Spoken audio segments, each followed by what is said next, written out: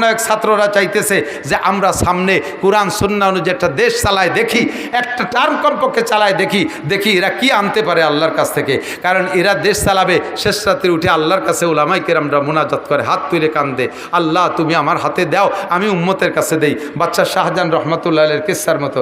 বাদশাহ শাহজাহান রহমাতুল্লাহ আলাইহি বহুত বড় আলেম, বুজুর্গ বাদশাহ ছিলেন। ফজরের নামাজ পড়ে ইশরাক পর্যন্ত মসজিদে বসে তসবিহ তাহলিল তেলাওয়াত করে এরপরে ইশরাকের নামাজ পড়ে বাসায় যায়। তো উনি মসজিদে বসে ইশরাক পর্যন্ত আমল করতেছেন। এর মধ্যে উনার বাসায় ফকির গেছে। তো ফকির বাসায় গেলে বাসার থেকে বলছে যে বাদশাহ তো মসজিদে আমরা মেয়ে ছেলেরা দিলি কী বা দেবো, তুমি এই এলাকার ওনার দেশের নাগরিক, ওনার কাছে যদি চাও তাহলে তোমার চাহিদা পূর্ণ করে দেবে, তুমি মসজিদে যাও। তো মসজিদে আইসে ফকির করে দিন বাদশাহ শাহজাহানকে দেখে নাই। তো তার একটা বিশ্বাস, বাচ্চা হবে তো মুকুট হবে, বাচ্চা হবে তো প্যান্ট শার্ট টাইকোট হবে, বাচ্চা হবে তো পুলিশ পাইক পেয়াদা পাইতে থাকবে, সেরকম একটা শান শওকতে থাকবে। তো এইরকম যদি কেউ দেখি তাহলে বুঝবো যে বাচ্চা। তো এইভাবে আইসে দেখে মসজিদের দরজায় একজন দাঁড়ানো, খুব ডাটের পোশাক পরা। সে ফকির আইসা এই লোকটারে বাচ্চা মনে করে বলছে, বাচ্চা নামদার আমারে কিছু ভিক্ষা দেন। তো ওই লোকটা অরিজিনাল বাচ্চা না, উনি হলেন বাচ্চার গার্ড, বাচ্চার বডিগার্ড। তো উনারে দরজায় দাঁড় করে বসছি, মসজিদে বাচ্চা ইবাদত করতেছে, তার পোশাক আশাকে ফকির মনে করছে এইটাই বাচ্চা, তার কাছে টাকা চাইছে। তো দারোয়ান বলতেছে, ভাই তুই আমার চাকরি খাবি, তুই আমার বাচ্চা বলতেছি, শুনলি বাচ্চা তো আমার চাকরি শেষ করে দিবে রে। আমি বাচ্চা না, বাচ্চা হলো মসজিদের মধ্যে, তুই যা। তো মসজিদের ভিতরে যাইয়ে দেখে সারা মসজিদ ঘুরে কোনো জায়গা বাচ্চা পাইনি, দেখে এক কোনায় এক ফকির কান্নাকাটি করতেছে।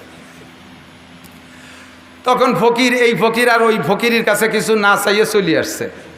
তো বেরোয় যাওয়ার সময় দারোয়ান বলতে, কি দিলে একটু দেখাই যা। বাচ্চার কাছে চাইছি, বাচ্চা তো কেউ কম দেয় না, তোরে কত দিলে একটু দেয় না, আমি ভাগ চাই না।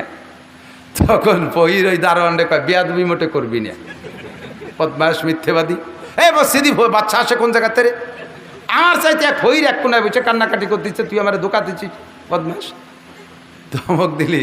দারোয়ান কাছে, তুই জীবনে বাদশাহ শাহজাহানরে দেখছিস? কয় না, বাচ্চারে তো দেখি নেই বলে তো চিনি নেই। কয় যে ওইটাই বাদশাহ শাহজাহান, যা আবার যা, খালি এতে চলে যাচ্ছিস। তো এবার যাই দেখে বাদশাহ শাহজাহান মোনাজাত করতেছে, আল্লাহর কাছে কাঁদতেছে। ও দূরের থেকে হাত পাততে পেতে গেছে, বাচ্চা নামদার আমার একটা টাকা দেন, আমার একটা পয়সা দেন। কাছে যে যখন দেখে যে বাদশাহ শাহজাহান মোনাজাত করতেছে, তখন ফকির হাত গুটাইয়া হাতটা ছাড়িয়ে দিয়ে আবার বেরোয় চলে যাচ্ছে। আবার দারোয়ান কয়, কি দিলে দেখা গেলি না? কয় তুমি তো কথাই কবি না। ফকিরের কাছে, ফকিরি কি পাবে রে? এই কইতে কইতে বাদশাহ শাহজাহান মোনাজাত সংক্ষেপ করে বেরোয় এসে বলতেছে, হে ফকির, তুমি আমার কাছে চাইলে না নিয়ে চলে যাচ্ছ, কিয়ামতে আল্লাহর কাছে অভিযোগ করবা, তুমি কিছু নিয়ে যাও। তো ওনার কথায় একটু মন নরম হয়েছে, কিন্তু আস্থা হচ্ছে না যে উনি তো আমার চাইতে গরিব দিয়ে আসলাম। তাই সে বলতেছে যে কাছে আসছে, আসার পরে বলতে, তুমি আমার কাছে চাইলে আবার না নিয়ে চলে যাচ্ছ কেন?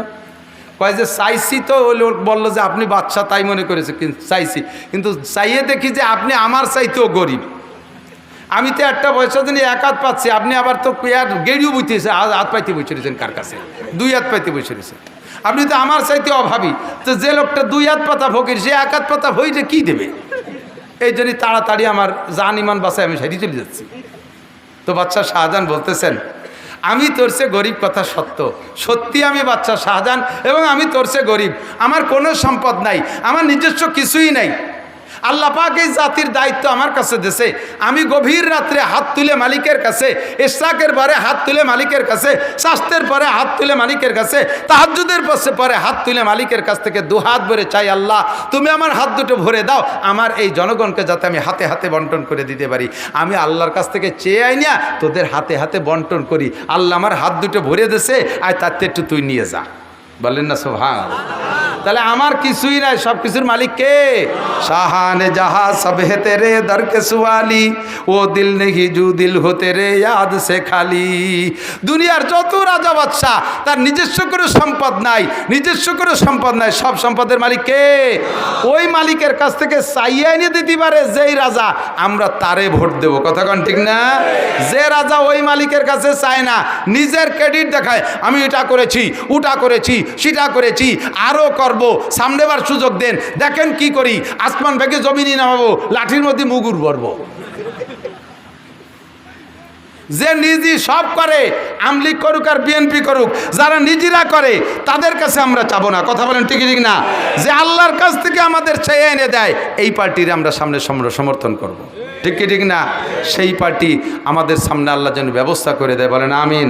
আমরা মুসলমান সবাইরে দেখছি, সবার শাসন আমরা দেখছি, আর আমাদের ভালো লাগে না, আমাদের আর ভালো লাগে না, আমরা আর আন্দোলন করতে চাই না, আমরা আর রক্ত ঝরাইতে চাই না নিজেরা। আমরা মালিকের কাছ থেকে চেয়ে এনে দেয় যে ইজা কানা উমার আহকুম, ওমরের মতো খলিফা চাই, আবু বকরের মতো খলিফা চাই, উসমানের মতো খলিফা চাই, যে বাড়ি বাড়ি যাইয়ে আগায় দিয়ে আসে। কথা বলেন ঠিক না? বাড়ি যাইয়ে আগায় দিয়ে আসে, আমাদেরটা জায়গায় বসে বেশাল পাইতে শুষিয়ে না খায়, বিভিন্ন জায়গা জাল পাইতে থুইছে, ওখান থেকে দিয়ে যাও, ওখান থেকে দিয়ে যাও, ওখান থেকে দিয়ে যাও। খাইছো, খাও, এখন ফরান বেরিয়ে খাও, যে দলেরই হও। এরকম খানেওয়ালা যারা হবা, টিকবা না ইনশাআল্লাহ। আল্লাহ পাক বলেন সানাস্তাদরিজুহুম মিন হাইসু লা ইয়ালামুন, কোন দিক দিয়ে মার দেব টেরও পাবি না।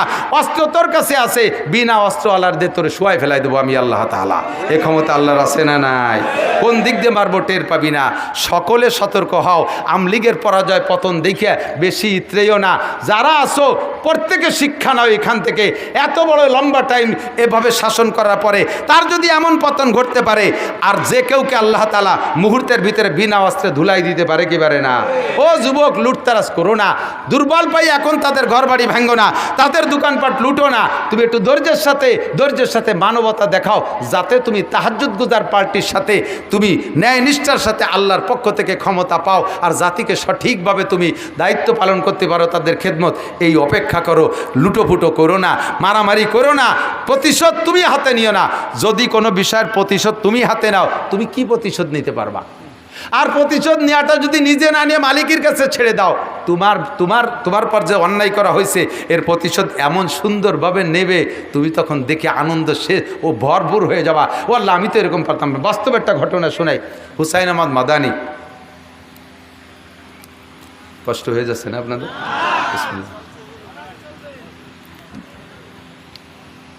হুসাইন আহমদ মাদানী সদর শাহ হুজুরের উস্তাদ, আহমদ শফি শাহ হুজুরের উস্তাদ, বাংলাদেশের এরকম বড় বড় অনেকের উস্তাদ। সারা পৃথিবীতে ওনার ছাত্র এই সাইজের। এবার এদিক দেখান, আমাকে মক্তবের হুজুরির ছাত্র কি ওই সাইজ হয় নাকি? হুজুরটা যেমন তার ছাত্রর সাইজ সেরকম না। তো হুসাইন আহমদ মাদানী কত বড় মানুষ, যার ছাত্র সদর সাহ আহমদ শফি সাহ, এরকম বেটা মানুষ। এই হুসাইন আহমদ মাদানী এই দেশকে প্রথম ইংরেজ থেকে 47 সালে যে স্বাধীন করছে, এটার এই অগ্রনায়ক ছিল হুসাইন আহমদ মাদানী, শাইখুল হিন্দ মাহমুদুল হাসান দেওবন্দি রহমতুল্লাহ আলাইহে। উনাদের নেতৃত্বে হিন্দু মুসলমান জোট করিয়া ইংরেজ তাড়াইছে। তো সেই হুসাইন আহমদ মাদানী যখন এই রাজনৈতিক প্রোগ্রাম করতেন, বিভিন্ন মিটিং করতেন, সে সময় ইংরেজদের 5-8 একটা দল ছিল মুসলমান। সিলেটে আসছে হুজুর মিটিং করতে, বিশাল জনসভা, স্টেজ সেরকম।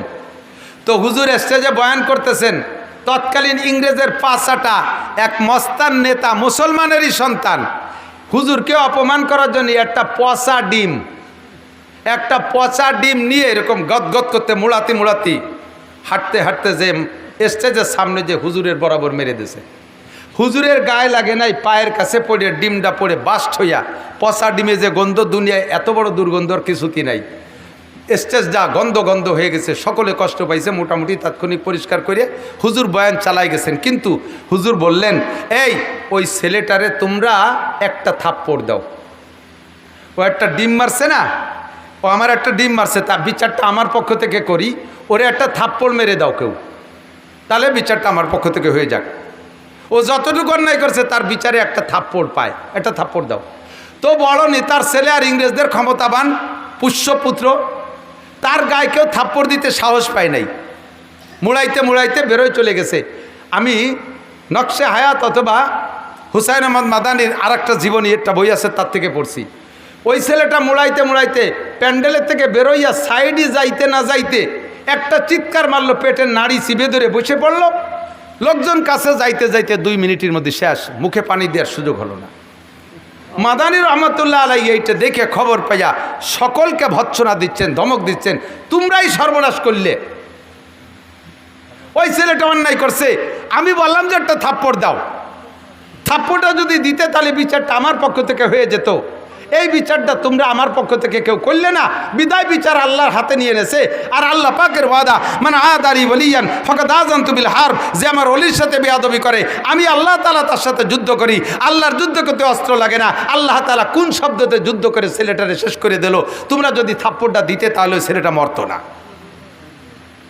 ও দোস্ত, বুঝাইতে চাইছি এরকম ওলি আল্লাহ কারে কোন জায়গা কষ্ট দিয়ে ফেলাইছে কেডা, তার কারণে আল্লাহ তাআলা এত বড় ট্র্যাজেডি ঘটায় দিয়েছে।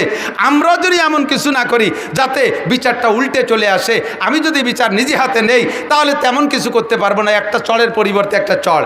বাকি যদি আমি ধৈর্য ধারণ করি, আমার উপরে যে জুলুম বিগত কেউ করেছে এর বিচার আল্লাহ তাআলা করবে। আর আল্লাহ যদি বিচার করে তাহলে বিচারটা অনেক সুন্দর হবে। কথাগণ ঠিক না? সকলকে সমঝোতার সাথে স্বাভাবিক থাকার পরামর্শ দিচ্ছি, অনুরোধ করতেছি। আমরা অপেক্ষা করি, শান্তশিষ্টভাবে রাজনীতিটাকে সুন্দর করার চেষ্টা করি।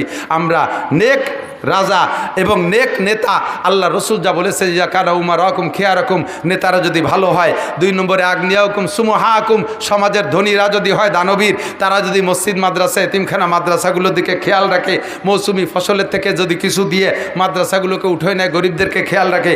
ও উমুর হুকুম সুরা বাইনাকুম, আর তোমাদের সব কাজ যদি হয় পরামর্শ সাপেক্ষে, তাহলে দুনিয়াটা হবে শান্তিময়। পক্ষান্তরে ইজা কানা উমার রকম সেরা রকম, নেতারা যদি হয় খারাপ, ও আগ্নিয়া হুকুম বুখালা হুকুম, ধনীরা যদি হয় কৃপণ, ও উমুর হুকুম ইলা নেসাইকুম, আর সংসার থেকে সংসদ পর্যন্ত মাতুব্বাড়ি যদি সব বউ গিয়াতে চলে যায়। আপনার এই জায়গা যদি কই যে চাচা 1 মণ পিএস দিয়ে যান, আপনার সেলেসা শুরু হয়ে গেছে, ওরে আল্লাহ এলে পিএস দিয়ে বাড়ি গেলি পারা নানটুর বা তো আবার বাড়ি উঠতে দেবে না রে। আপনি নানটুরমার কাছে ভক্ত হয়ে গেছেন। সংসারের মাতুব্বার বউ, ওয়ার্ডের মাতুব্বার মহিলা, ইউনিয়নের মাতুব্বার মহিলা, থানার মাতুব্বার মহিলা, জেলার মাতুব্বার মহিলা, ডিসি হয়ে গেছে মহিলা, এসপি হয়ে গেছে মহিলা, বড় অফিসার হয়ে গেছে মহিলা, উপজেলা চেয়ারম্যান মহিলা, ভাইস চেয়ারম্যান মহিলা, এমপি সব মহিলা, মন্ত্রী সব মহিলা, সব জায়গা মহিলা আর মহিলা। আল্লাহর নবী কয় ফাবাতানুল আরদে খায়রুম মিন জাহরিহা, এই সময় তোমরা বেটারা বাইসে থার চাইতে মরিয়ে যাওয়া ভালো। তো এমন একটা বেকায়দার সময় আমরা চলে আসি। কতক্ষণ ঠিক না? এইটা পাল্টানোর দায়িত্ব কি আল্লাহর না আমাদেরও আছে? আমাদের দায়িত্ব। আল্লাহ দেবে শান্তি, এই সমস্যার সমাধান করতে হবে, আমাদের দায়িত্ব আছে। আমরা আর কখনো দুর্নীতিবাজ নেতাকে সমর্থন করব? জোরে বলেন করব? আমরা মালের উপরে কৃপণতা করব? পেঁয়াজ রসুন পাট মাট যা হয় তার কিছু ওসর জাকাত দেবেন তো ইনশাআল্লাহ? টাকা হইলে জাকাত দেবেন তো ইনশাআল্লাহ? আল্লাহ পাক আমাদের তৌফিক দান করে। মাতুব্বাড়ি বউ গিয়াতে দেব না, আমরাই করব। মা বোনরা মাতুব্বাড়ি নেওয়ার চেষ্টাও করবেন না। আপনারা ঘরে থাকবেন, পুরুষের কামাই জায়গায় বসে সম্মানের সাথে খাবেন, পরবেন, ব্যবহার করবেন, তাহলেই সমাজটা হবে শান্তিময় সমাজ। এখন আমাদের এই আল্লাহ বানায় মরা থেকে, জীবিতকে বানায় মরা থেকে। ডিম মরা, ডিমে আটতে পারে, ডিমে খাইতে পারে, ডিমে পেশাব পায়খানা করে। ডিম মরা, মুরগি তাজা। তো এই তাজাকে বানাইছে মরা থেকে, এর দ্বারাই প্রমাণ হলো ডিম আগে। কি আগে? ডিম আগে। তো অলকাত থেকে কেউ ছিল না, সবাইরে যে আল্লাহ তাআলা যে কায়দায় বানাইছে, ডিমটারও সে কায়দায় বানাইছে। ডিমটাকে সংরক্ষিতভাবে সুরক্ষিতভাবে আল্লাহ তাআলা পাঠাই দিয়েছে। আর জমিনের হিট পাইয়া ডিমটার থেকে একটা বাচ্চা হয়েছে, সেখান থেকে মুরগি তৈরি হয়েছে। দুনিয়ার সিস্টেম হলো নারী আর পুরুষের মিলনের দ্বারা সন্তান হয়, মানুষ পয়দা হয়, এটাই সিস্টেম না? তো সর্বপ্রথম মানুষটা আদম আলাইহিস সালাম, উনার আব্বার নাম কি? আদম আলাইহিস সালামের মায়ের নাম কি? আদম আলাইহিস সালামের আব্বা নাই, তার মা নাই। আল্লাহ তাআলা সর্বপ্রথম আদম আলাইহিস সালাতু ওয়াস সালামকে খালাকাল্লাহু বিয়াদাইহি, আদম আলাইহিস সালামকে আল্লাহ তাআলা নিজ হাত দিয়ে তৈরি করেছেন। আল্লাহর হাত দিয়ে বানাইছে। ফেরেশতাদেরকে বলছে গলার নিচের টুক বানাও, ফেরেশতারা গলার নিচের টুক বানাইছে আদম বানানোর অর্ডার পেয়ে। এবার ফেরেশতারা বললে আল্লাহ আদম কি এইটুকি? আল্লাহ বললেন আদম যদি মানুষ যদি ওইটুকি হবে, তাই নিচেই তো তার আসল টুকি তো না, স্পিকার কো, কথা বলবে কি দিয়ে? হেডলাইট কোন জায়গা? চোখ। তার কানে শুনবে সে কান কো, তারপরে খাবে সে অঙ্গ কো, ইত্যাদি ইত্যাদি সব মিলে সেটুক তো বানাও নাই, আসলটুকি তো বাদ রয়েছে। জি আল্লাহ বলেন সেটুক কিভাবে বানাইতে হবে? আল্লাহ পাক বললেন সেটুক তোমরা পারবা না, ওটুক তোমরা পারবা না। ওটুকির মধ্যে অনেক কারুকার্য আছে। মাথার ভিতরে মগজ থাকবে। একজন মানুষের মগজ এত বড় প্রশস্ত যে মগজটা আগে দেখছেন মনে হয়, ক্যাসেটের ফিতে ছিল না, ফিতেই কথা ধরে রাখতো, ক্যাসেট ঘুরতো, ফিতে ঘুরতো, আর কথা সাপ্লাই হতো। মানুষের মগজ থেকে ক্যাসেটের ফিতে তৈরি করা হয়েছে। একজন মানুষের মাথার গিলু বের করে এটাকে যদি তার মূল পর্দা হিসেবে, এটা পর্দার সমন্বয়, এই পর্দাকে দলা করে এটা মগজ গিলুর একটা খান্ডা তৈরি করছে। এটা খুলে যদি ছেড়ে দেওয়া হয়, পাতলা করা হয়, তাহলে একজন মানুষের মগজ এত বড় প্রশস্ত যে সারা পৃথিবীর উপরে সিলিং হয়ে যেতে পারে। এতে কথা ধরে রাখবে, এতে কথা রেকর্ড করবে। এই মগজটা আমার বানাইতে হবে, এটা তোমরা পারবা না। এই মুখমণ্ডলটা তোমরা পারবা না। একই টাইমে কোটি কোটি মানুষ থাকবে পৃথিবীতে, একজনের চেহারার সাথে আর একজনের চেহারা মেলবে না। এই মডেলিংটা তোমরা পারবা না, এটা আমার হাত দিয়ে তৈরি করতে হবে। এজন্য গলার উপরে টুক আল্লাহ তাআলা নিজ হাত দিয়ে তৈরি করেছিলেন। কথা এসে গেলে বলা লাগে, গলার নিচে টুক বানাইছে ফেরেশতারা। এটুকের সম্মান যেমন গলার উপরে টুক বানাইছেন আল্লাহ তাআলা, এটুকের সম্মান কি একরকম হতে পারে? কখনো পারে না। যেটুকের ভিতরে আল্লাহ পাক নিজে হাত দিয়েছেন, সেটুকের মর্যাদা আল্লাহ একটু বেশি দিয়ে রেখেছেন। যে জিনিসটা আমার কাছে অর্জন হয় বিনা পরিশ্রমে, ওই জিনিসের মর্যাদা, আর যেটা বানাইতে যেটার উপরে আমার পরিশ্রম আছে, ওইটার মর্যাদা আমার কাছে একরকম না। মাঝে মাঝে উদাহরণে বলি, যুবক বৈশা বৈশা দামি একটা শাল চাদর দিয়ে স্যান্ডেল পরিষ্কার করে। স্যান্ডেল জোড়ার বয়স 3.5 থেকে 4 বছর, তার মূল বডি নাই। মুসির দোকানে নিয়ে পাল্টাই নিয়ে সামলাই দিয়েই তার স্যান্ডেল হয়ে গেছে, সে আসল ফিগার নাই। তারপরও কি মহাব্বত, সেই স্যান্ডেলটা মালিশ করতেছে 12-13 হাজার টাকা দামে শাল দিয়ে। জিজ্ঞেস করা হলো, এই এত দামি শাল দিয়ে স্যান্ডেল মুছিস, শাল কার আর স্যান্ডেল কার? কয় যে স্যান্ডেল জোড়া হলো আমি ব্যান চালাই অনেক কষ্ট করিয়া, বহুত কষ্ট করে পয়সা বাঁচায় রেখে, তাই দিয়ে আমি স্যান্ডেল কিনছি। আর শাল আলো দেশে আমার শ্বশুর, শাল দেশে শ্বশুর, শ্বশুরের টাকার কিনা শালের প্রতি মায়া নাই বিদায় নিজের কিনা স্যান্ডেলের উপরে মায়া আছে। সেই 12,000 টাকা দামে শাল দিয়ে স্যান্ডেল মোছে, কারণ এটা নিজের টাকার স্যান্ডেল, এর প্রতি মায়া একটু বেশি। আসমান বানাইছে আল্লাহ তাআলা কোন শব্দ দিয়া, জমিন বানাইছে আল্লাহ কোন শব্দ দিয়া, চন্দ্র সূর্য বানাইছে আল্লাহ কোন শব্দ দিয়া, সব ফেরেশতা বানাইছে কোন শব্দ দিয়া, জিন বানাইছে আল্লাহ কোন শব্দের মাধ্যমে, কোন মানে হয়ে যাও। আর এই একটা একটা শব্দ বলছেন, সবগুলো হয়ে গেছে। এদের সারা জগতে যত সৃষ্টি আছে, সমস্ত সৃষ্টি মিলাইয়া সকলের উপরে আল্লাহর যতটুক মায়া, সাধারণ একজন মূর্খ মানুষের মাথার উপরে আল্লাহ তাআলার মায়া তার চাইতে লাখ কোটি গুণ বেশি। কারণ এইটুক বানাইছে আল্লাহ তাআলা নিজ হাত দিয়ে। যার উপরে আল্লাহর হাতের ছোঁয়া আছে, তার উপরে আল্লাহর মায়া বেশি। এই জন্য নবী আলাইহিস সালাম বলেন, যদি তোমরা কখনো কোনো মানুষের উপরে রেগে যাও, কাহারও উপরে রেগে যাও, কেউকে মারতে চাও, প্রহার করার দরকার হয়, তাহলে তাকে মারবা গলার নিচে যেটুক ফেরেশতারা বানাইছে ওইটুকরে মারিয়ে শেষি বেলায় দাও। আল্লাহ যেটুক আদ্যে বানাইছে ও জায়গা মার দিও না। এই জন্যে মাথায় মারবা না, মুখে মারবা না, কান ধরে টান দিবা না, দাঁত মুখ ভেঙে বেলায় দিবা না, এই জায়গা মারবা না। কিন্তু আমরা সম্পূর্ণ উল্টো করি, পয়লা বক্সিংটা নাক জড়াইয়া নাক বসকায় ফেলি। বাচ্চা কাচ্চারে থাপ্পড় দিতে গেলে মাথায় দেয়, কান জড়াই দেয়, মুখের উপরে গালের উপরে থাপ্পড় মারি। যে জায়গা মারতে নিষেধ করছে সেই জায়গা আগে মারি। লাঠি দিয়ে বাড়ি দিলে, আপনাদের এলাকায় তো বাড়ি বাড়ি হয় না, আন্তর্জাতিক খ্যাতি সম্পূর্ণ সালতানগর কান্দা, এ জায়গার মানুষ হেসাক ধরাই কাজি হারে, মহিলারা ছাই উড়ে। সুবহানাল্লাহ, কি বিল্লাহ, একটু নাউজুবিল্লাহ। তো পয়লা মাইডটা কোন জায়গা দেন আপনারা? মাথা ফেলাই দিতে পারলে আর এদিক ওদিক চাই না, কথা কন ঠিক না? আল্লাহু আকবার। তো আদম আলাইহিস সালাতু ওয়াস সালামকে আল্লাহ বড় মহব্বতের সাথে, মানে উস্তাদ যারা আছেন, মাদ্রাসার শিক্ষক বা স্কুলের শিক্ষক যারা আছেন, তাদেরকে একটা সবক দিয়ে দেই, কথার ভিতর দিয়ে একটু মনে রাখবেন। পরে কথার দিকে যাচ্ছি, কষ্ট হচ্ছে না তো? উস্তাদরা মারতে গেলে কান ধরে টানিয়ে উঠে ছাত্রদেরকে, কানে মারবেন না। কানের সম্পর্ক ভিতরে ব্রেনের দিকে, মাথার কাঁধের পিছনের দিকে থাপ্পড় মারবেন না। বিজ্ঞানীদের কাছে শুনে দেখেন, মানুষের মগজের পাওয়ার থাকে মাথার পিছনের দিকে। ও জায়গা যদি থাপ্পড় দেয় তখন মাথা খারাপ হয়ে যায়। ধীরে ধীরে মাথায় মারতে মারতে ছেলেটা ভালো ব্রেনই ছিল, মাথাটা নষ্ট হয়ে যাবে, ব্রেন খারাপ হয়ে যাবে। আর রাতের বেলায় ঘুম থেকে উঠানোর জন্যে ধরেই কান ধরে হাত ধরে টান দিয়ে উঠবেন না। মাদ্রাসার শিক্ষকরা এ ব্যাপারে চরম অন্যায় করে, ভুল করে জায়গায় জায়গায়। শেষ রাত্রে বাচ্চারা যদি ডাকলে না ওঠে, ধরে কান ধরে টান দিয়ে উঠে ফেলাই দেয়। ওই ছেলেটা হতভম্ব হয়ে যায়। মানুষ যখন ঘুমায় তখন তার ভিতরে রুহু থাকে। রুহু একটা মেশিন আল্লাহ তাআলা তৈরি করে রেখেছেন, রুহু ভিতরে থাকে। রুহু থাকার কারণে মানুষ বিভোরে ঘুমাচ্ছে, ও একেবারে অনায়াসে ঘুমাচ্ছে, দুনিয়ার কোনো খবর নাই, অথচ মেশিনটা চালু রয়েছে, সে জীবিত রয়েছে। ঠিক না?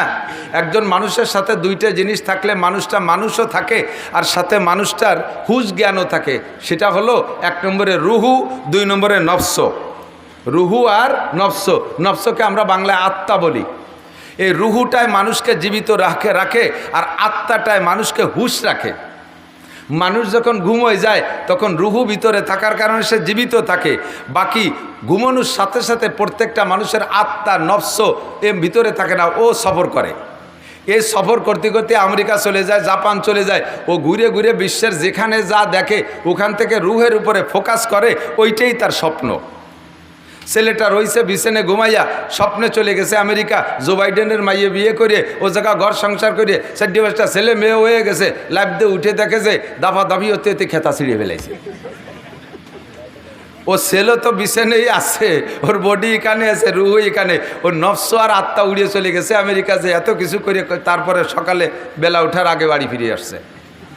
নফস যতক্ষণ পর্যন্ত রুহের সাথে সেট না হয় অতক্ষণ পর্যন্ত মানুষ হুঁশ হয় না। দেখবেন ছোট বাচ্চা যারা রাতের বেলা আপনারা উঠাইয়া পেশাব করেন না, ছোট বাচ্চাদেরকে উঠে বিছানে পেশাব করাতে পেশাব করেন না, ওরে বাইরে নিয়ে ধরছেন, ওর রুহু আছে, রুহুর কাজ রুহুতে করছে, প্যান্ট খুলে দিয়েছেন, পেশাব করছে, এরপরে এনে শোয়াই দিয়েছেন। সকালবেলা জিজ্ঞেস করবেন যে তোরে যে উঠাইয়া ওই জায়গা পেশাব করাছে, তোর কি মনে আছে? কয় আমি কোনো সময় উঠি নেই। ও জানেই না, ওরা আত্মা এসে রুহের সাথে সেট হয়ে পারে নাই বিদায় রুহুর কাজ রুহুতে করছে, কিন্তু সে তা টের পায় নাই।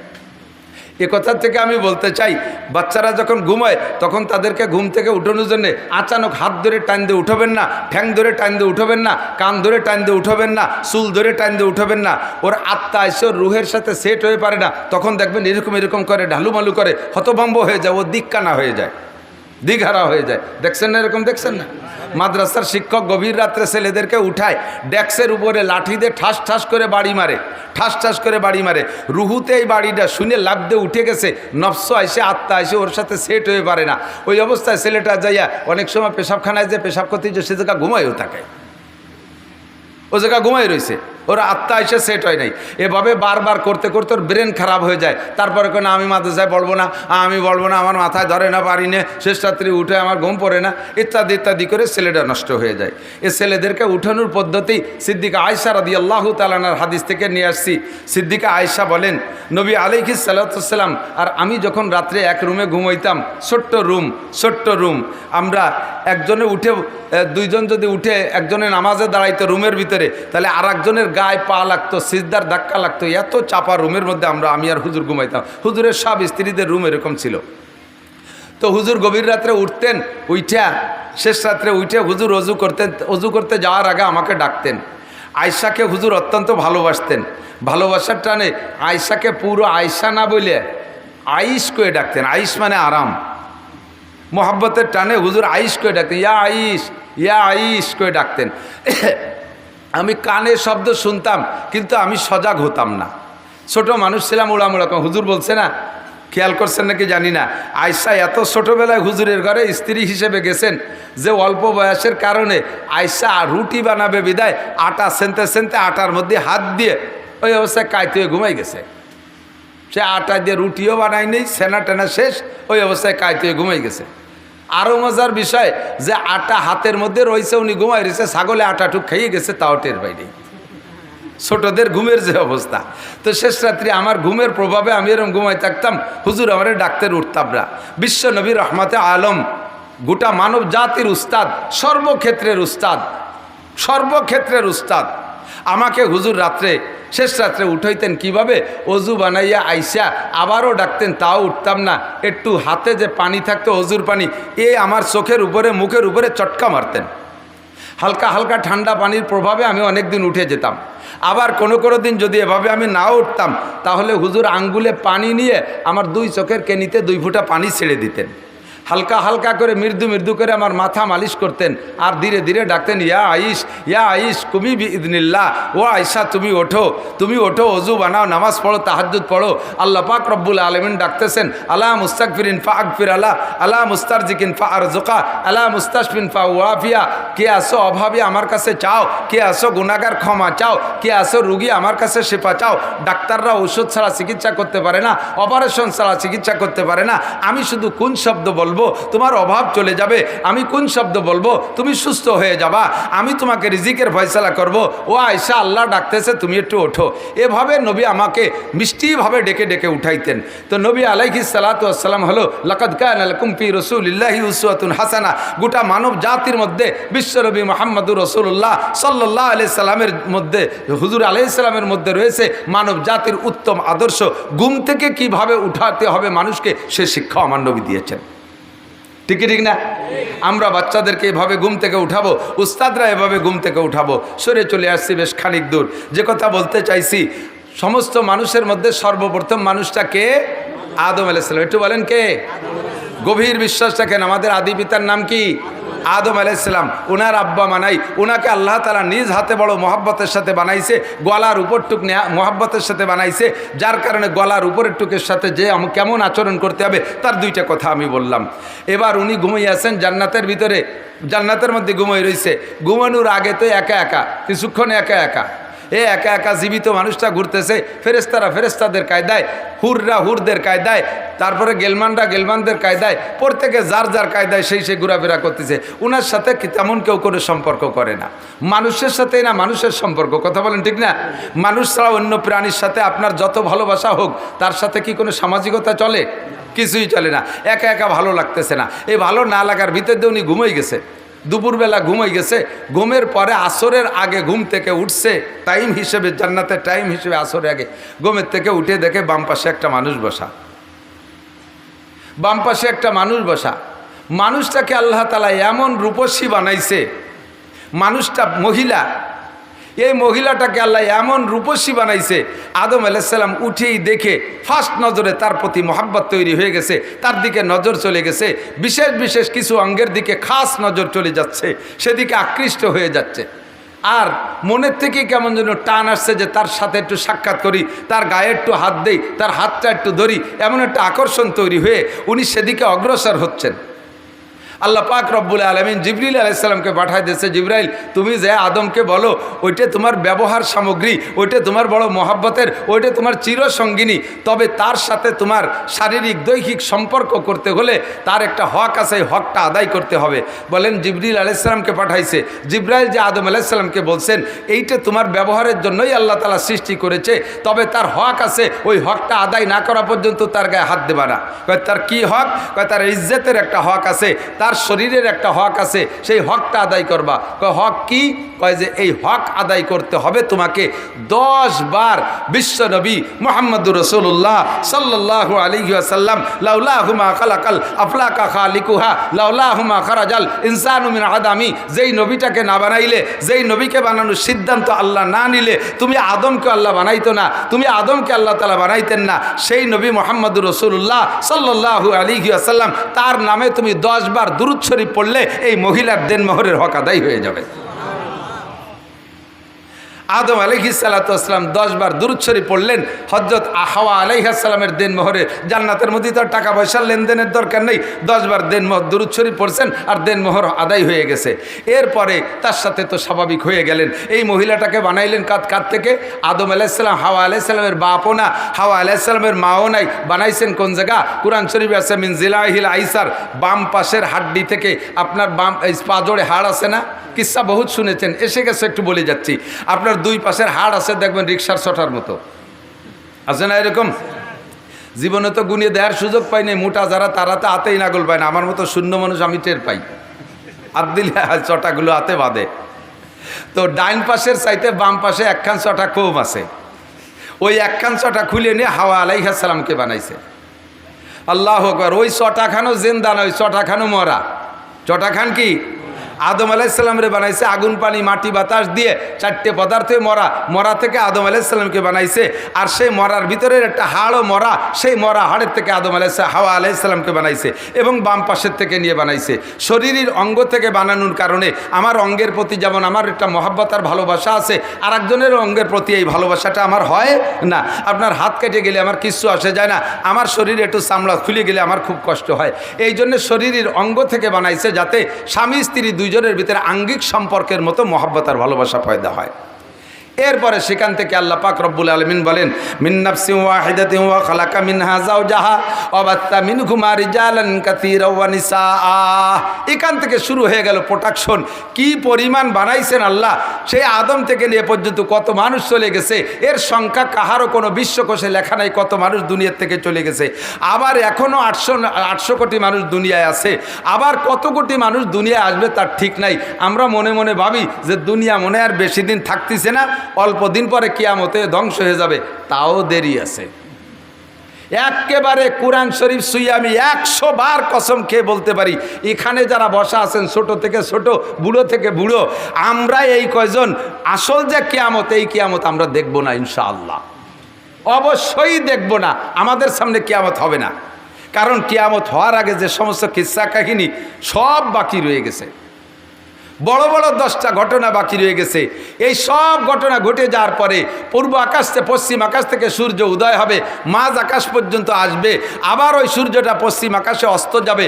বলা হয় সেই সূর্য ব্যাক করারও 120 বছর পরে কিয়ামত হবে। ওইটাও নির্দিষ্ট না, আনুমানিক 120 বছর পরে। আর এই জায়গা যারা বসা আছি 120 বছর আর সামনে বাঁচবো কোনো জানা আছে? কোনো গ্যারান্টি আছে? আরে আজকেই মরে যেতে পারি, কথা বলুন ঠিক ঠিক না?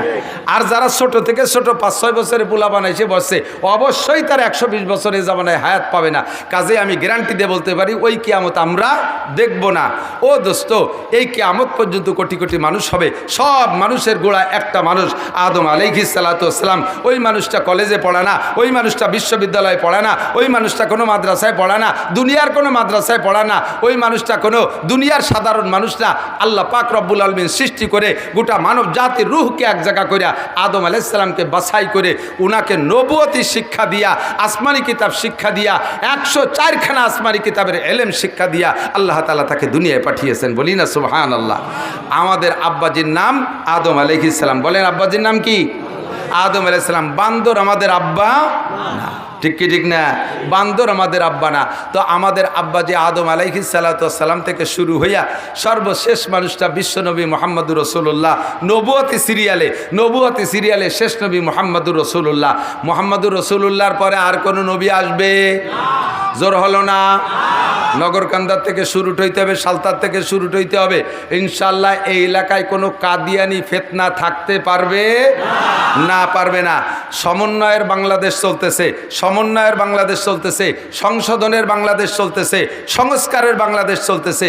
বর্তমান সরকারের উপদেষ্টা মণ্ডলী যারা, তারা বিভিন্ন সেক্টরে সংস্করণ করতেছে।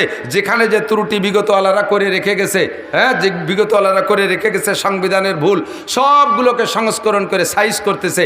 কাজেই এই মুহূর্তে সংখ্যাগরিষ্ঠ মুসলিম কান্ট্রি বাংলাদেশের লক্ষ কোটি জনতার পক্ষ থেকে মাননীয় প্রধান উপদেষ্টার কাছে এবং উপদেষ্টা মণ্ডলীদের কাছে আমাদের মনে প্রাণের একটা প্রস্তাব, একটা দাবি, আপনারা সংস্করণ করবেন। বাংলাদেশে থাকবে বহুজাতিক মানুষের বাংলাদেশ। এর ভিতরে মুসলমান থাকবে, হিন্দুরা থাকবে, খ্রিস্টানরা থাকবে, বুদ্ধরা থাকবে, কাফেরও থাকবে, ইহুদি থাকবে, নাসারা থাকবে, সবাই থাকবে, কাদিয়ানিরাও থাকবে, সবাই থাকবে। তবে যার যার নিজ নিজ ব্যানারে পরিচয় দিয়ে থাকবে। কথা বলুন ঠিক ঠিক না? মুসলমানের ব্যানারে থাকবে, মুসলমানের ব্যানারে কোনো অমুসলমান থাকতে পারবে না। কাদিয়ানি গ্রুপ এরা নিজেদের পরিচয় দেয় হয় আহমাদি মুসলিম জামাত। আপনারা জানেন কি জানেন না জানি না, তাদের নবী দাবি করে তারা গোলাম আহমদ কাদিয়ানিকে। ও কি সত্য না মিথ্যা? ও মোমেন না কাফের? আমার নবীর এগেনস্টে, আমার আল্লাহর এগেনস্টে যদি কেউ খুদাই দাবি করে সেও যেমন কাফের। আমার আল্লাহ, আমার নবীর এগেনস্টে আরেকজন যদি নবী দাবি করে সেও কাফের, আর তাকে যারা নবী মানবে তারাও কাফের। আর এই কাফের রে, এই কাদিয়ানিকে যারা কাফের বলতে লজ্জা পাবে, কাফের বলতে ভয় পাবে, কাফের স্বীকৃতি দিতে এলোমেলো করবে, তারাও কাফের। তাদেরকে কাফের বলার স্লোগানের সময় যারা মুখ বন্ধ করে রাখবে তাদেরও ইমানের মধ্যে ত্রুটি আছে। বিগত সরকার, বিএনপি সরকারের কাছেও দাবি জানাইতাম আমরা, আমলিগ সরকারের কাছেও দাবি জানাইছি, কাদিয়ানীদেরকে বাংলাদেশে বসবাস করবে না তা না, তাদের থাকতে নিষেধ করি না, তারা থাকবে, তবে তাদের কাফের ব্যানারের অধীনে থাকবে, তারা মুসলিম জামাতের অধীনে থাকতে পারবে না। যেহেতু সংস্কারের যুগ চলতেছে, মিডিয়ার মাধ্যমে পাঠায় দেব সংস্কার, যারা আছেন উপদেষ্টা মণ্ডলী, এখানে আপনারা সংস্করণ করবেন। বাংলাদেশে কোনো কাদিয়ানি মুসলমানের নামে থাকতে পারবে না, তারা কাফের নামে থাকবে, তাদেরকে কাফের ঘোষণা দিতে হবে। কথা বলুন ঠিক ঠিক না? আমাদের নবী মুহাম্মাদুর রাসূলুল্লাহ সাল্লাল্লাহু আলাইহি ওয়াসাল্লাম, আমার নবী নিজেই বলেন, আনা খাতামুন নবিয়্যিন লা নবিয়্যা বাদি, আমি শেষ নবী, আমার পরে আর কোনো নবী আসবে না, আর কোনো নবীর দরকারও হবে না। ঠিক কি ঠিক না? আমার নবী এসেছিলেন এই মাসে, আমার নবী চলে গেছেন এই মাসে। আসছিলেন নবী 63 বছর আগে, চলে গেছেন 63 বছর আগে। একটু ঠান্ডা মাথায় বুঝে নিতে হবে দুইটা কথা। এ কথার পরে আমি আলোচনার দিকে চলে যাব। দুইটা কথা বুঝে নিতে হবে, যেহেতু মাসের পর তাকা যায়, আর তো আপনাদের এলাকায় 12ই রবিউল আউয়ালের আগে আমি ফিল্ড পাচ্ছি না, কাজেই আজকে বলবো, কেউ বেখেয়াল হবেন না। দুইটা কথা, একটা হলো, একটা লোক জন্ম নেছে যে টাইমে 63 বছর আগে জন্ম নেছে, তার জন্মের দিনটা বড় আনন্দের ছিল। বিশেষ করে যদি কোনো ফ্যামিলিতে শুধু কন্যা সন্তান হয়, 4-5টা মেয়ে হয়েছে, 4-5টা মেয়ে হওয়ার পরে তাও তা আবার কালা কালা মেয়ে হয়েছে, বাপে পরপরে গুটি খানিক মাইয়ে দেখিয়ে মনটা খুব খারাপ, স্ত্রীর সাথে কথাই কয় না।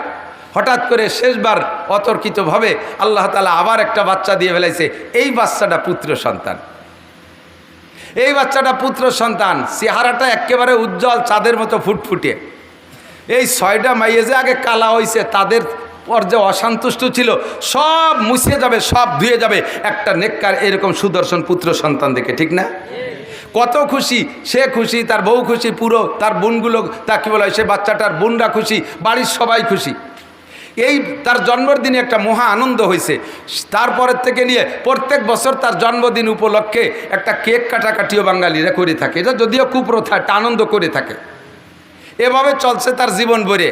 হঠাৎ করে লোকটা মারা গেছে, যুবকটা, যখন তার বয়স হয়েছে 26, 27, 28, টলমলে যুবক, দেখতে তো সেরকম নায়ক। গ্যাঞ্জাম ফাসাদ, গন্ডগোল ফাসাদের ভিতরে যুবকটা মারা গেছে।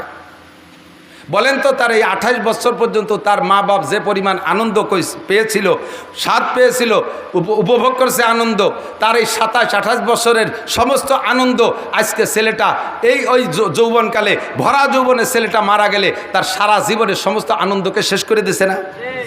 বাকি জীবনে ওই আব্বা মা আর যতদিন বেঁচে থাকবে, ওই ছেলেটার জন্মদিন উপলক্ষে কি আর কেক কাটবে, নাকি মৃত্যুদিন উপলক্ষে তার শোক পালন করবে? মৃত্যুদিন উপলক্ষে তার শোক পালন করবে, তার জন্মদিনের আনন্দ শেষ হয়ে গেছে। ঠিক কি ঠিক না? আমার নবী, আপনার নবী, বিশ্ব নবী মুহাম্মদুর রাসূলুল্লাহ জন্ম নিয়েছিলেন ধরে নিলাম 12ই রবিউল আউয়াল। 63 বছর আগে তার জন্মের সময় সারাটা দুনিয়া আনন্দে আনন্দিত ছিল। কিন্তু 63 বছর পরে আইসা যখন সাহাবায়ে কিরামদেরকে এতিম করে রেখে নবী 12ই রবিউল আউয়াল চলে গেছে, দুনিয়ার থেকে বিদায় নিয়েছেন, এখন কি নবীর জন্মদিনের আনন্দ অন্তরে থাকবে, নাকি মৃত্যুদিন উপলক্ষে শোক থাকবে? মৃত্যুদিন উপলক্ষে শোক থাকবে। ঠিকই ঠিক না?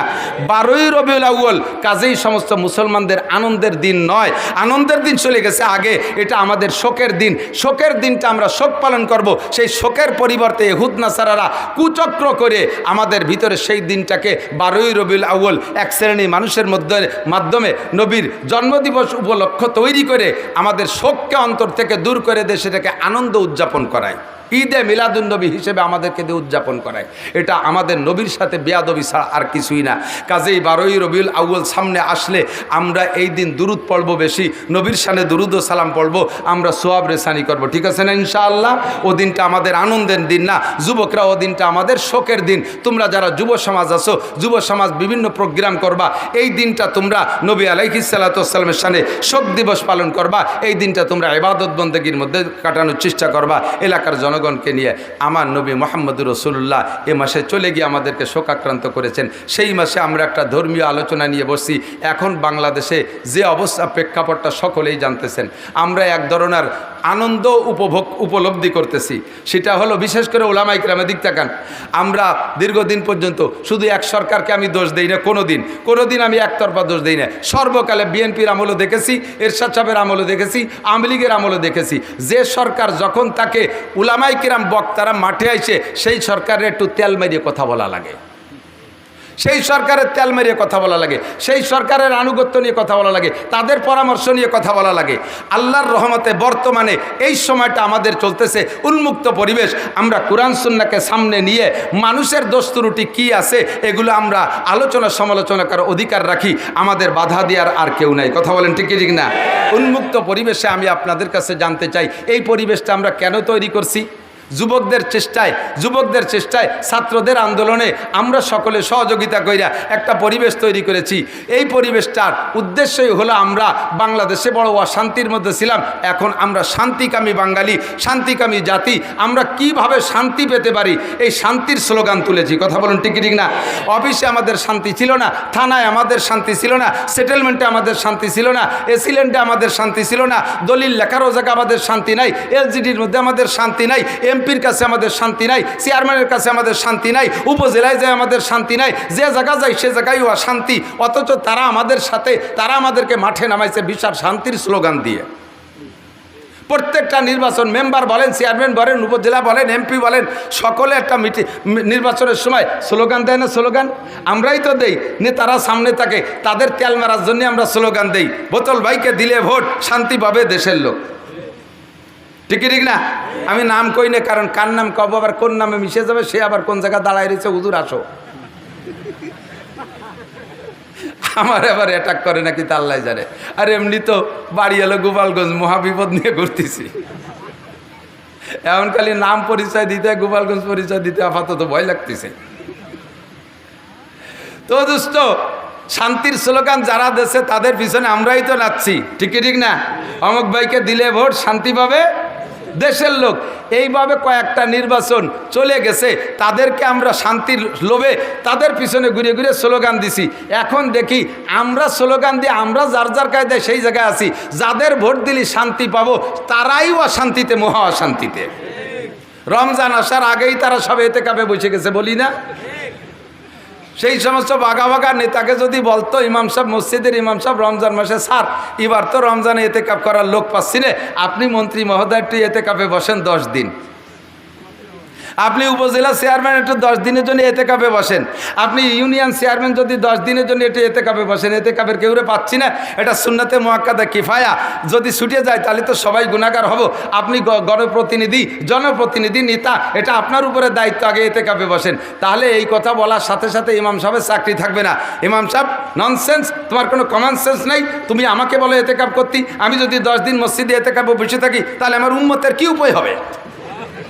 আমি একটা ওয়ার্ড মেম্বার, এই রমজান মাসে তাদের ত্রাণ দিতে হবে, তাদের ভিজিএফ কার্ড দিতে হবে, আমি ইউনিয়ন চেয়ারম্যান, উম্মতের কত চিন্তা আমার মাথায়, আমি উপজেলার চেয়ারম্যান, গোটা উপজেলার দায়িত্ব আমার কাছে, আমি এমপি, আমার সিটের দায়িত্ব, আমি মন্ত্রী, মন্ত্রণালয়ের দায়িত্ব, আমারে তুমি এতেকাফে বসা দিতে চাও, এটা মোল্লা মুন্সিকে কাম, কিছু ওয়াকেজো, কিছু আথাল কুড়িয়ে বুড়ো, আতাল কুড়িয়ে বুঝো, বুড়ো গরু যেগুলো হাল চাষ করতে পারে তারা তো সক্রিয় গরু, আর কিছু গরু থাকে বেশ বয়স হয়ে গেছে, ওগুলো আতালে বান্ধা থাকে, কোনো কাম কাজ করে না, ওকে আতাল কুড়িয়ে। প্রায় বাড়ি বাড়ি 2-1টা বুড়ো মানুষ আতাল কুড়িয়েছে, এতেকাফ করবে তারা, তুমি আমি মন্ত্রীকে বলো কেন? আল্লাহ পাক রব্বুল আলামিন বলেন, হে মন্ত্রীরা, হে উপজেলা চেয়ারম্যানরা, এমপি মহোদয়, যদি রমজানের 10টা দিন এতেকাফ করতি, বছরে একটা চিল্লে যদি আল্লাহর রাস্তায় দিতি, তাহলে রমজান আসার আগেই ওয়াসমা তোদেরকে ওই জেলখানার এতেকাফে বসাই দিতাম না। কথা বলেন ঠিক ঠিক না? তোমাদেরকে ভোট দিয়েছে জনগণ, তোমাদের পিছনে নাচছে জনগণ শান্তির লোভে, আজকে তোমরাই অশান্তিতে। এবং কত বড় অশান্তি, আমি মাঝে মাঝে বলে থাকি, 8টা জান্নাতের ভিতরে শ্রেষ্ঠ জান্নাত ফেরদাউস। শ্রেষ্ঠ জান্নাত কি? ফেরদাউস। 7টা দোজকের মধ্যে শ্রেষ্ঠ দোজক ওয়াইল। শ্রেষ্ঠ দোজক কি? সবচাইতে কঠিন দোজকের নাম ওয়াইল। এই ওয়াইল শ্রেষ্ঠ দোজক আর ফেরদাউস শ্রেষ্ঠ জান্নাত, এই দুইটাতে যাবে কারা? এই ওয়াইল দোজক আর ফেরদাউস জান্নাতের বাসিন্দা কারা হবে? কয় শ্রেষ্ঠ নবী মুহাম্মদুর রাসূলুল্লাহ সাল্লাল্লাহু আলাইহি সাল্লামের উম্মত জান্নাতুল ফেরদাউসে যাবে, অন্য কোন নবীর উম্মত ফেরদাউস জান্নাতে যাবে না। আর উম্মতে মুহাম্মাদি ওয়াইল দোজকে যাবে, অন্য কোন নবীর উম্মত ওয়াইল দোজকে যাবে না। কারণ যারা শান্তিরও সবচাইতে শ্রেষ্ঠ শান্তির দাবিদার অধিকারী হবে, যাদের নামে বরাদ্দ আছে শ্রেষ্ঠ জান্নাত, শ্রেষ্ঠ শান্তি, সেই জাতি যাবে শ্রেষ্ঠ জাহান্নামে। সাধারণ কয়েদি যারা আছেন আপনারা এলাকায় একটু কিলি মারামারি ঘুষোঘুষি করে টেরে একটু কেসে পড়ে জেলখানা যান, আপনাকে জেলখানা হলো বাড়ির দ্বারে ফরিদপুর। আপনারা সুখ শান্তি এই সমস্ত সালতা নগরকান্দার বাজার দিয়ে, আর আপনাদের জেলখানা ফরিদপুরের জেলখানা। আর যারা সোনারগাঁও হোটেল আর সিরাটন আর বিদেশে বড় বড় দামি দামি হোটেলে আরাম করে আসে, বিদেশি হুর গেলমান নিয়ে, আল্লাহ তাদের জন্য জাহান্নাম জেলখানা রাখছে, সেই রকম সবচাইতে কঠিন সেলের ভিতরে তাদেরকে রাখা হয়। কথা বলেন ঠিক না? শান্তি সব শেষ হয়ে গেছে তাদের। এই জন্য আমরা আর মানুষের পিছনে শান্তির স্লোগান দিতে রাজি না। মুখ দিয়ে বলেন শান্তির স্লোগান মানুষের পিছনে দিতে রাজি না। যাদের পিছনে শান্তির স্লোগান দিছি তারা নিজেরাই অশান্তিতে এবং গোটা বাংলাদেশকে অশান্তির আগুনের ভিতরে ফেলাই দিয়ে গেছে। ঠিক না? যে দল বলেন না কেন, এ দল ও দল সে দল, এপিট ওপিট সব পিট, কোন চাষিবা কোন সালুন খার জম। আমাকে ওই দেশে ওই পাশের বাংলায় কয় কোন চাষিবা জম কোন সালুন খার জম। সব চাষিরে চিনি, সালুন খারজম সব চাষি। কাজেই আর আমরা অশান্তির দিকে পা বাড়বো না। আমার আল্লাহ যেখানে শান্তির কথা বলেছে শান্তি সেখানেই আছে। ঠিক না? শান্তির পরিচয় কার হাতে? শান্তি দিতে পারে কে? আল্লাহ পাক শান্তি দিতে পারে। মানুষের শান্তি দিতে পারে কোটি কোটি টাকার মালিক। দেখেন কত বড় বেইজ্জতি অপমানি, দাড়ি কটা বুড়োকালে চাইছিয়া সাধারণ একটা 150 টাকা দামের লুঙ্গি ভরিয়া একখান বাড়াইতে নৌকোয় কোনাকুনি কোন জায়গা যেন যাচ্ছিল। এর চেয়ে বড় আর বেইজ্জতি অশান্তি হতে পারে বলেন? তার টাকা এখনো পর্যন্ত 80,000 কর্মচারী বেতন নিচ্ছে, তার ইন্ডাস্ট্রি কলকারখানা সব চলতেছে, 80,000 কর্মচারীতে তার টাকা দিয়ে বেতন নিচ্ছে, অথচ সে একটা সিগারেট খাটটা পাচ্ছে না। তাহলে টাকার মধ্যে শান্তি আছে? ইন্ডাস্ট্রিজের মধ্যে শান্তি আছে? তার ইন্ডাস্ট্রিতে তৈরি হওয়া ঔষধ আমরা কিনে খাচ্ছি, অথচ সে একটা বড়ি পাচ্ছে না। কতক্ষণ? তাহলে ইন্ডাস্ট্রিজের মধ্যে শান্তি নাই। যুবক আমার দিক টাকা নড়াচড়া করিস না, ভালো রে বুঝে নে। বুড়োগুলো বুড়ো হয়ে গেছে, অত কইছি না আথাল কুড়িও কাজে লাগে না। তোমরা যুব সমাজ তৈরি হও, তোমাদের আন্দোলনে বাংলাদেশকে আমরা আলাদা একটা সম্ভাবনা সামনে দেখতেছি। কাজেই যুবক অ্যালার্ট থাকবা, প্রত্যেকটা কথা তোমরা নেওয়ার চেষ্টা করবা। জীবনেও কোনোদিন স্লোগান দেবা না।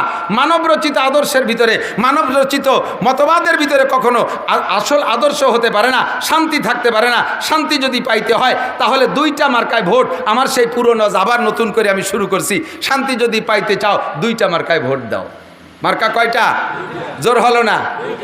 নৌকা ধানের শীষ, হ্যাঁ, লাঙ্গল দাড়িপালা, ওর কোনো মার্কার দাম নাই, সব মার্কা বাদ, আম্মা বাদ। ঠিক না? শান্তি যদি পাইতে চাও কোরআন মার্কায় ভোট দাও। স্লোগান দিতে পারবেন?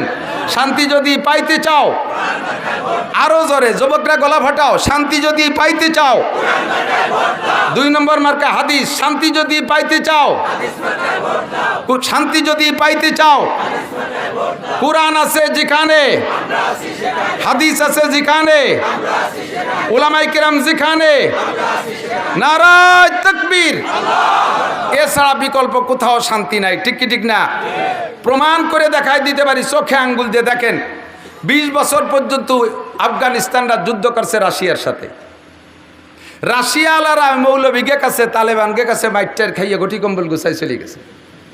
এদের যুদ্ধের কিচ্ছা বললে আপনি হাঁ করে রাতের পর রাত শুনবেন। যখন রাশিয়ার সাথে যুদ্ধ হয় সে সময় রেগুলার আমাদের কাছে নিউজ আসতো, বাঙালি অনেক মুজাহিদ সেখানে যুদ্ধ করতেন, আমাদের সাথীরা অনেকে যুদ্ধ করছেন, তাদের কাছ থেকে রেগুলার আমরা খবর পাইতাম একজন মুজাহিদ অনলি ধরা পড়ছে। 1000 রুশ সেনা একটা ক্যাম্পে, সব অস্ত্র রাশিয়া আমেরিকা সারা পৃথিবীতে পরাশক্তির সৃষ্টি এরা। তো রাশিয়ার দামি দামি ট্যাঙ্ক, 60টে ট্যাঙ্ক লাইন ধরা একটা ক্যাম্পের অধীনে, কামানও আছে, অন্যান্য সব অস্ত্র আছে। এর ভিতরে একজন মুজাহিদ দল বিচ্ছিন্ন হইয়া এই 1000 রুশদের কাছে ধরা পড়ে গেছে। ধরা পড়লে এরা তো খুশিতে বাগবাগ, এর থেকে তথ্য নেবে, ইচ্ছা মতো মারবে। দেখেন না ইঁদুরে, বিড়ালে ইঁদুর পাইলে দৈরেই কিন্তু মাইরে সিঁড়ি বুড়িয়ে খায় না, বেশ কিছুক্ষণ বলি খেলে। দেখছেন না, ছাড়িয়ে দিয়ে ফুস করে একটু তামাশা করে, আবার উপর দিক ফিয়ে মারে, এরম ধরে বসে এই বলি খেলে, তামাশা করে। বিড়ালে যেমন ইঁদুর নিয়ে বলি খেলে, এই একটা মুজাহিদ পাইয়া রুশরা বলি খেলতেছে। এরপরে তাকে গুলি করার আগে বলছে, এই তোরা মৌলবীরা গল্প দিস, তোরা নাকি চুন ছুটাই দিয়ে টুপলা বানায় এরকম ফিকে মারিস, তাতে বলে ট্যাঙ্ক বাস্ট হয়ে যায়। ফাও কথা, ফাও কোন জায়গা? এই ট্যাঙ্কের উপর দিয়ে বোমা মারলেও ট্যাঙ্ক বাস্ট হয় না, আর তোমরা চুন ছুটাই দিয়ে টুপলা বান দিয়ে ফিকে মারলে ট্যাঙ্ক বাস্ট হয়। যদি এরকম কিছু দেখাতে পারিস তাহলে তোরে ছেড়ে দেবো, আর যদি না পারিস তাহলে তো যা করার তা করতেছি, আরও করবো, শেষ পর্যন্ত করব। তো উনি মুজাহিদ আল্লাহর বুজুর্গ, উনি বললেন তা ঠিক আছে, আমার এক বদনা অজুর পানি দাও। এক বদনা পানি দেছে, অজু বানাইছে, 2 রাকাত নামাজ পড়ার সুযোগ চাইছে, নামাজ পড়ছে, সিজদায় যাইয়া বলছে, আল্লাহ ইন কুতিল তুমি আতামাররা ফালা ফামা উবালি, আমার যদি 100 বার হত্যা করা হয়, আবার 100 বার তুমি জীবিত করে দাও, আবার 100 বার তারা মারে, আমার কিচ্ছু আসে যায় না, আমি একেবারে অন্তর থেকে মেনে নেব। ও রব্বুল আলামিন, তোমার কোরআনকে, তোমার ইসলামকে এই কাফের মুশরিকদের সামনে আজকে একটু বলন্দ করে দেখাই দিবা, তোমার কুদরত একটু দেখাই দিবা। আমারে যতবার মানুষ, আমার কোনো দুঃখ নাই, আমার কোনো আক্ষেপ নাই, তোমার কুদরত একবার একটু দেখাই দাও। আল্লাহ পাক রব্বুল আলামিনের কাছে সিজদায় পড়ে কান্নাকাটি কইরা এরপরে উঠিয়া এক মুঠ বালু নেছে, 1 মুঠ বালু নিয়ে বিশ্বনবী মুহাম্মদুর রাসূলুল্লাহ সাল্লাল্লাহু আলাইহি সাল্লাম হিজরতের রাত্রে নিশ্ছিদ্র পাহারা কাফেররা একজনের হাতের সাথে একজনের হাত ধরে ধরে দাঁড়িয়ে আছে। এই নিশ্ছিদ্র বেড়াজালের ভিতর থেকে নবী বেরোয় যাওয়ার সময় যে আয়াতটা পড়েছিলেন, ফাগশাইনাহুম ফাহুম লা ইউবসিরুন ওমা রমাইতা ইজ রমাইতা ওয়ালাকিন্নাল্লাহ রমা, এই আয়াত পড়ে হুজুর 1 মুঠ বালুতে ফুক মেরে এরকম ফিকে মারছে। যত কাফের বাড়ির পাশে দাঁড়ানো ছিল সমস্ত কাফের 2 চোখের ভিতরে 2 করে বালু ঢুকে গেছে। ওরা যার যার হাত ছাড়িয়ে দিয়ে এই বালু নিয়ে চোখ ডলাডলি করতেছে, তার ভাগ্যে নবী বেরোয় চলে আসছে। কন্যা সুবহানাল্লাহ। এই আয়াত ওই মুজাহিদ পইড়া বালুর মধ্যে ফু দিয়ে 60টে ট্যাঙ্ক যে লাইনে দাঁড় করা ছিল ওই দিক ফিকে মারছে। প্রত্যেকটা ট্যাঙ্ক যেন নিচে দিয়ে বোমা মারলে যেমন উড়ে যায়, ওইভাবে টাস টাস করে বাস্ট হয়ে সমস্ত ট্যাঙ্কগুলো উড়ে চলে গেছে। মারছে কে? আল্লাহ কয় মা রমাইতা ইজ রমাইতা ওয়ালাকিন্নাল্লাহ রমা। আরে আমার বান্দা পাগল, মারছিস তোর হাত দিয়ে, তোর হাতে কোনো ক্ষমতা নাই। তোর হাতের মধ্যে আমি আল্লাহ তাআলা আমার আসমানি বুলডোজার ক্ষমতা আমি ঢুকাই দিয়েছি, আমার আসমানি অ্যাটমিক শক্তি ঢুকাই দিয়েছি। আমি আমার অ্যাটমিক শক্তি দিয়ে তোর এই ট্যাঙ্কগুলোকে উড়িয়ে দিয়েছি। সঙ্গে সঙ্গে 60টে ট্যাঙ্ক উড়ে চলে গেছে। পিছনে দিক ফিরে দেখে এই রুশ সেনায় 1000, ওরা তো বেশিরভাগই ল্যাংটা বা আদা ল্যাংটা থাকে, ও প্যান্ট পরারও সময় পায়নি, ওর সাথে আর কথাবার্তা না বলে পিছন দিয়ে দৌড়ই সারিয়ে ওরে আল্লাহ 1 মুঠ মারছে, 60টে ট্যাঙ্ক উড়িয়ে গেছে। ফিরে মুঠ যদি আমাদের মারিয়ে দেয় তাহলে আমরাও সাথে সাথে শেষ হয়ে যাব। ক্যাম্প ফেলাই তুই সারিয়ে পকেটে ছিল আফগানি পতাকা, ওদের রাইফেলের মাথায় সেই পতাকা উড়াই দিয়ে সেইটুকে সে জয় করে এনেছে, দখল করে তার হাতে সেটুক স্বাধীন হয়ে গেছে। বললেন না সুবহানাল্লাহ। 20 বছর এমন করে বহু ঘটনা আমার জানা আছে। এই ঘটনা ঘটাইয়া রাশিয়ানদেরকে তাড় করে দিয়েছে। এরপরে 40টে দেশ মিলে ন্যাটো বাহিনী, 40টা, তার ভিতরে পশ্চিমা সব, আমাদের মুসলিমদের ভিতরে তুরস্ক আছে নেটোর ভিতরে।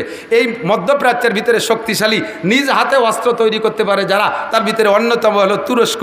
এ তুরস্ক সেই নেটোর সাথে আছে, আমেরিকা আছে, ফ্রান্স আছে, ইটালি আছে, অস্ট্রেলিয়া আছে, এভাবে সব আছে। এই সব পরাশক্তিগুলো মিলে 40টা দেশ মিলে ন্যাটো, এই ন্যাটো বাহিনীর সাথে আফগানি মুল্লারা স্রেফ ক্লাসিনকোভ, চায়না পাকিস্তানি ক্লাসিনকোভ রাইফেল, একটুক রাইফেল, ওই দিয়ে গুলি করিয়া তাদের বিমান, তাদের হেলিকপ্টার, তাদের ট্যাঙ্ক, তাদের সমস্ত অস্ত্রকে একেবারে ধুলাই উড়াই দিয়া তাদেরকে ওইভাবে বিদায় দেশে গলায় জুতোর মালা দিয়া এই মোল্লারা, এখন মোল্লাদের হাতে মাত্র 2 বছর, মাত্র 2টা জিনিস তাদের হাতে, 2টা মার্কায় তারা ভোট দেশে। 1 নম্বরে কোরআন মার্কা, 2 নম্বরে হাদিস মার্কা। মেয়েরা বেপর্দা করবে না, পুরুষরা বেনামাজি থাকবে না, অফিসে নামাজ হতে হবে, কলেজে নামাজ হতে হবে, হাই স্কুলে নামাজ হতে হবে, কোনো মুসলমান বেনামাজি থাকবে না, বেপর্দায় কোনো পার্কে বসে বসে তসবি টিপি করতে পারবে না, সুদ চলবে না, ঘুষ চলবে না, আকাম চলবে না, সব কিছু বন্ধ করে দিয়েছে। মাত্র 2 বছরে আল্লাহ তাআলা তাদের কি বরকত দেখাইছেন। আমেরিকান ডলারের চাইতে আফগানি মুদ্রার দাম বেশি হয়ে গেছে। সুবহানাল্লাহ, আমার পরাণ ভরে নাই, আল্লাহর বর্ষা নাকি জানি না, বলেন জোরে বলেন। কর্নেওয়ালা কে? এই বাগানে ডালিম গাছ, এই 2 বছরের আগে বাগানে ডালিম গাছ ছিল, সেই ডালিম গাছই রয়ে গেছে। আনারের গাছটার কথায় কথায় লাগানো যায় না। সেই আফগানিদের ক্ষেতের ভিতরে 2 বছর আগে আজ দীর্ঘদিন পর্যন্ত যে বাগান ছিল, ওই বাগানের ডালিমের সাইজ ছিল 4টে ডালিমে 1 কেজি হইতো, 4টে ডালিমে 1 কেজি হতো। সেই গাছ সেই জায়গায় রয়ে গেছে, শুধুমাত্র মার্কা পাল্টায় ফেলাইছে, পতাকা পাল্টায় ফেলাইছে। কোরআন মার্কার হাদিস মার্কার পতাকা যখন উড়াই দিতে পারছে আফগানি মুসলমানরা, সেই গাছের সেই ডালিম এখন 1 ডালিমে 2 কেজি। 4 ডালিমে 1 কেজি হইতো, সেই গাছের ডালিমরে আল্লাহ বড় বানাই দিয়েছে, এখন 1 ডালিমে 2 কেজি। যারা নেট দেখেন তারা সাক্ষী দেন, কত বড় বড় লাল লাল ডালিম, কি পরিমাণ জুস তৈরি করতেছে। সেই মোল্লারা বর্তমানে এমন গাড়ি বানাইছে, জাপানও তাদের কাছে ফেল হয়ে গেছে, মোল্লাদের প্রাইভেট কারের কাছে। মোল্লারা বস্ত্র বানানো শিখে গেছে। আল্লাহ তাআলা তাদেরকে এমন বরকত দিয়েছেন, যেই বরকত সারাটা দুনিয়ার মানুষ দেখতেছে। আল্লাহ পাক রব্বুল আলামিন বলেন, হে দুনিয়ার মানুষ শান্তি চাও, নগরকান্দালারা শান্তি চাও, কাজিরাঙ্গা থাকবে না, খুনোখুনি থাকবে না, মারামারি থাকবে না, কেস কাচারি থাকবে না, মামলা থাকবে না, আরামসে ঘরের মধ্যে ঘুমাইবা, দেশের দরজা খুলে দিয়ে ঘরের দরজা খুলে দিয়ে ঘুমাবা, রাতের বেলা চোর ডাকাত আসবে না। আল্লাহ পাক ওয়াদা করেছেন, লা ফাতাহনা আলাইহিম বারাকাতিম মিনাস সামাই ওয়াল আরদ, আসমান থেকে রহমত, জমিন থেকে বরকত। আসমান থেকে রহমত, একটু বলেন আসমান থেকে রহমত, জমিন থেকে বরকত দেনেওয়ালা কে? আল্লাহ ওয়াদা করছেন, লা ফাতাহনা, লামে তাকিদ, অবশ্যই আমি খুলে দেব। আসমানের থেকে রহমতের দরজা, জমিন থেকে বরকতের দরজা আমি খুলে দেব। লা ফাতাহনা আলাইহিম বারাকাতিম মিনাস সামাই ওয়াল আরদ। শর্ত হলো, ওয়ালাউ আন্না আহলাল কুরা আমানু ওয়াত্তাকাও, যদি দেশবাসী ইমানদার হইয়া যাও আর আল্লাহর উপরে গভীর ভয় স্থাপন করতে পারো, আল্লাহর উপরে বিশ্বাস, আল্লাহর উপরে ভয়। এ আমার যুবক অন্তর থেকে সাক্ষী দাও, আল্লাহ আছে না নাই? ধরে বলেন আছে। প্রমাণ তার আর কি চান? আর বেশি প্রমাণ লাগবে না। আল্লাহু আকবার। ইতামাশা গাহে আলম রোয়ে তুস, ইতামাশা গাহে আলম রোয়ে তুস, তুকু যাবারে তামাশা মিরবি। আরে দুনিয়াটা সবই তামাশা। আবার তামাশা দেখতে টেলিভিশনে যাওয়া লাগে নাকি? তামাশা দেখতে সিনেমায় যাওয়া লাগে? জগৎটাই তামাশা। কথা কন না কে? আল্লাহর কুদরত দেখতে বেশি দূর যাওয়া লাগে না, তোমার সামনে, চোখের সামনে আল্লাহ কুদরত দেখায় দিয়েছে।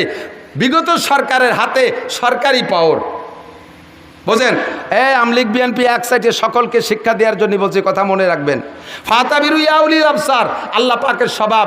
বড় বড় কাফেরদের একটা কিসসা কোরআন শরীফের মধ্যে বইলে, ফিরাউনরে এভাবে ধ্বংস করছি বইলে লাস্টে কয় ফাতাবিরু ইয়া উলিল আবসার, এ দুনিয়ার জ্ঞানী গুণী বুদ্ধিজীবী যারা আছো, ওখান থেকে তোমরা শিক্ষা গ্রহণ করো।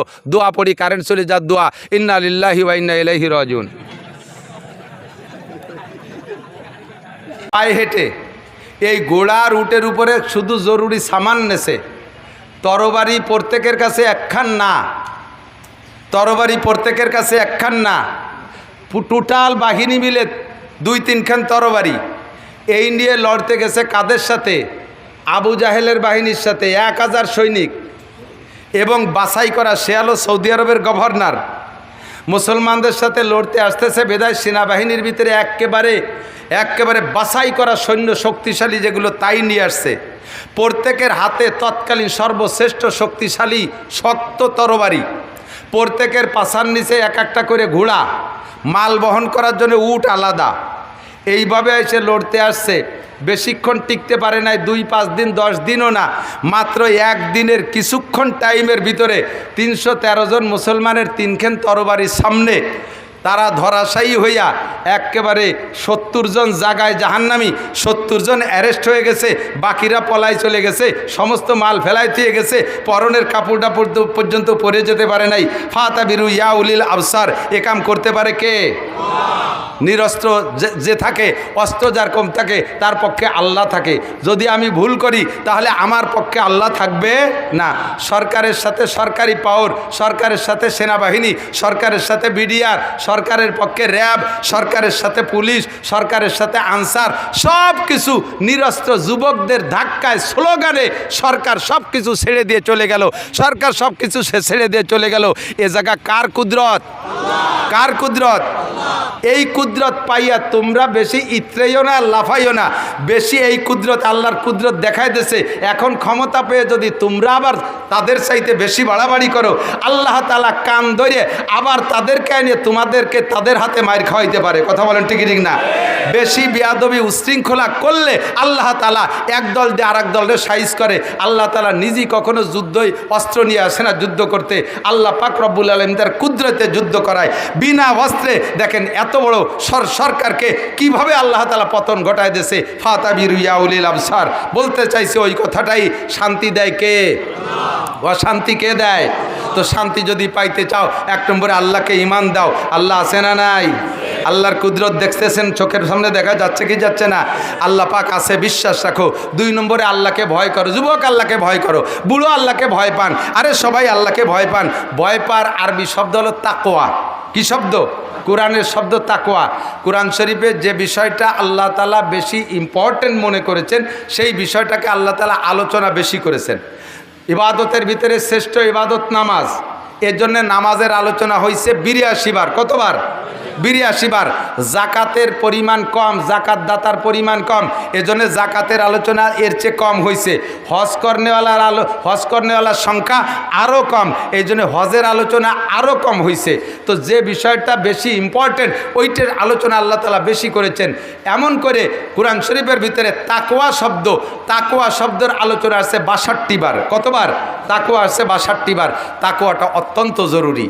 তাকওয়া যদি ভিতরে থাকে, আল্লাহর ভয় যদি ভিতরে থাকে, তাহলে ওই লোকটা কখনো অন্যায় করতে পারে না। এদিক তাকান, এই আপনাদেরই পাশে, আমি ফরিদপুর শহরে, আপনার ফরিদপুর জেলার মানুষ, ফরিদপুর শহরে গত 2-3 বছর আগে একটা মাহফিলে আসছি। মাহফিলে আমার খেদমত করতেছে একটা যুবকটার পাতলা ফিসফিসে দাড়ি আছে, মাথায় তার টুপি ও পাগড়ি আছে, গায়ে তার জুব্বা। চেহারাটা আলেমদের চেহারা আর পাবলিকের চেহারা কিন্তু বোঝা যায়। পাবলিক যত সাজিয়ে গুজে, যত যুব্ব, বড় যুব্ব আর পাগড়ি পরেন না কেন, দেখলি চিনা যায় এটা পাবলিক। আর মৌলবী মাদ্রাসায় পড়ার পরে বাড়ি যে যদি ল্যাংটা হইও কেদার মধ্যে মাছ ধরে, তবু বোঝা যায় এটা মাদ্রাসায় পড়া। কয়েকদিনের মধ্যে কোয়ালিটি পাল্টে যায়। তো ওই ছেলেটারে দেখে আমি মনে করছি এটা মাদ্রাসার ছাত্র হবে, তার কথাবার্তা সব কিছু এরকম। আমাকে কখনো হুজুর বলে না, হজরত আমি কি খেদমত করব, হজরত এখন কি লাগবে, এটা মাদ্রাসার পরিভাষা। তো মাহফিল শেষ পর্যন্ত সে আমার পর্যাপ্ত খেদমত করছে। এরপরে আমি যখন বিদায় নেব, তখন ছেলেটা বলতেছে, হুজুর আপনি তো আমার পরিচয় নিলেন না, একটু বলবো? বলো তোমার পরিচয় বলো। নামটা কি যেন বললো, আমার মনে নাই। বাড়ি কোন জায়গা বলছে, তাও আমার এখন মনে নাই। তো ছেলেটা বলতেছে, আমি ফরিদপুর রাজেন্দ্র কলেজের ছাত্র, মাথায় পাগড়ি, মুখে সুন্নতি দাড়ি, জীবনে দাড়িতে খুর লাগাই নাই, কেসি লাগাই নাই, গায়ে জুব্বা, মাথায় পাগড়ি। ছেলেটার সব কিছু আলেমানাভাবে চলতেছে। এই ছেলেটা রাজেন্দ্র কলেজের ছাত্র। বলে, হুজুর আমি যে রুমে থাকি, আমার রুমে একটু পা দিয়ে, একটু কদম দিয়ে একটু বরকত দিয়ে যান। দেখলাম এতক্ষণ 2 ঘন্টা খেদমত করছে, তাই যাওয়ার সময় একটু বরকত দিয়ে নিয়ে যাই। ওর রুমের মধ্যে যাইয়া সত্যি বরকত দিতে, যে আমি বরকত নিয়ে আসছি। আমি আমার জিন্দেগির জন্য একটা সবক ওখান থেকে নিয়ে আসছি। ছেলেটা এই পরিবেশ তৈরি করছে আমার বয়ান শুনে, কিন্তু আমি তো বয়ানের গতিতে বয়ান করি, কিন্তু আমার সেই অবস্থা তৈরি হয় না নিজের। রুমের মধ্যে ঢুকে দেখি ওর রুমের ছাদে সিলিংয়ে লেখা আল্লাহ দেখে, বাংলায় লিখে রাখছে আল্লাহ দেখে। 4টে ওয়ালে 4 পাশে লেখছে আল্লাহ দেখে। সাইডে ওয়ালের দিক নজর পড়ছে, ওই লেখা দেখলাম, এদিকে নজর পড়ছে, লেখা দেখি আল্লাহ দেখে। পরে উপর দিক দেখি, তাও দেখি আল্লাহ দেখে। ওর রুমের ভিতরে ঢুকে আমার আতঙ্ক সৃষ্টি হয়ে গেছে। আল্লাহ, এ জায়গাতে তাহলে আজে বাজে কোনো কথাও বলা যাবে না, কিছু করাও যাবে না। যেদিকে থেকে দেখি, যেদিকে তাকাই করবো, সেদিকে থেকে দেখি আল্লাহ দেখে। আমি জিজ্ঞেস করলাম, বাপ তুমি লেখছো কেন? কয় যে হুজুর আপনি বলেছেন গুনার থেকে বাঁচতে হলে 3টে কথা, 3টে কাজ করলে তুমি গুনার থেকে বাঁচতে পারবা। 1 নম্বরে তুমি যে কোনো গুনাহ করার সময় মনের ভিতরে সংকল্প করো যে আমার এই গুনাহ অবস্থায় আমাকে আল্লাহ দেখে। কথা কন? সুদ খাওয়ার সময় আল্লাহ দেখে না? না দেখে না, ওদিকে আল্লাহ খেয়াল করে না। ঘুষ খাওয়ার সময় তো খেয়ালই করে না, কতক্ষণ করে। বাগানে পাট বাগানের ভিতরে বসে যখন গাঁজা আর এবা খান সে সময় তো আল্লাহ টেরই পায় না। হ্যাঁ, রাত 12টা 1টার পরে যখন ফোনে প্রেম আলাপ করেন ওই সময় আল্লাহ টের পায় না, আল্লাহ ঘুমায়।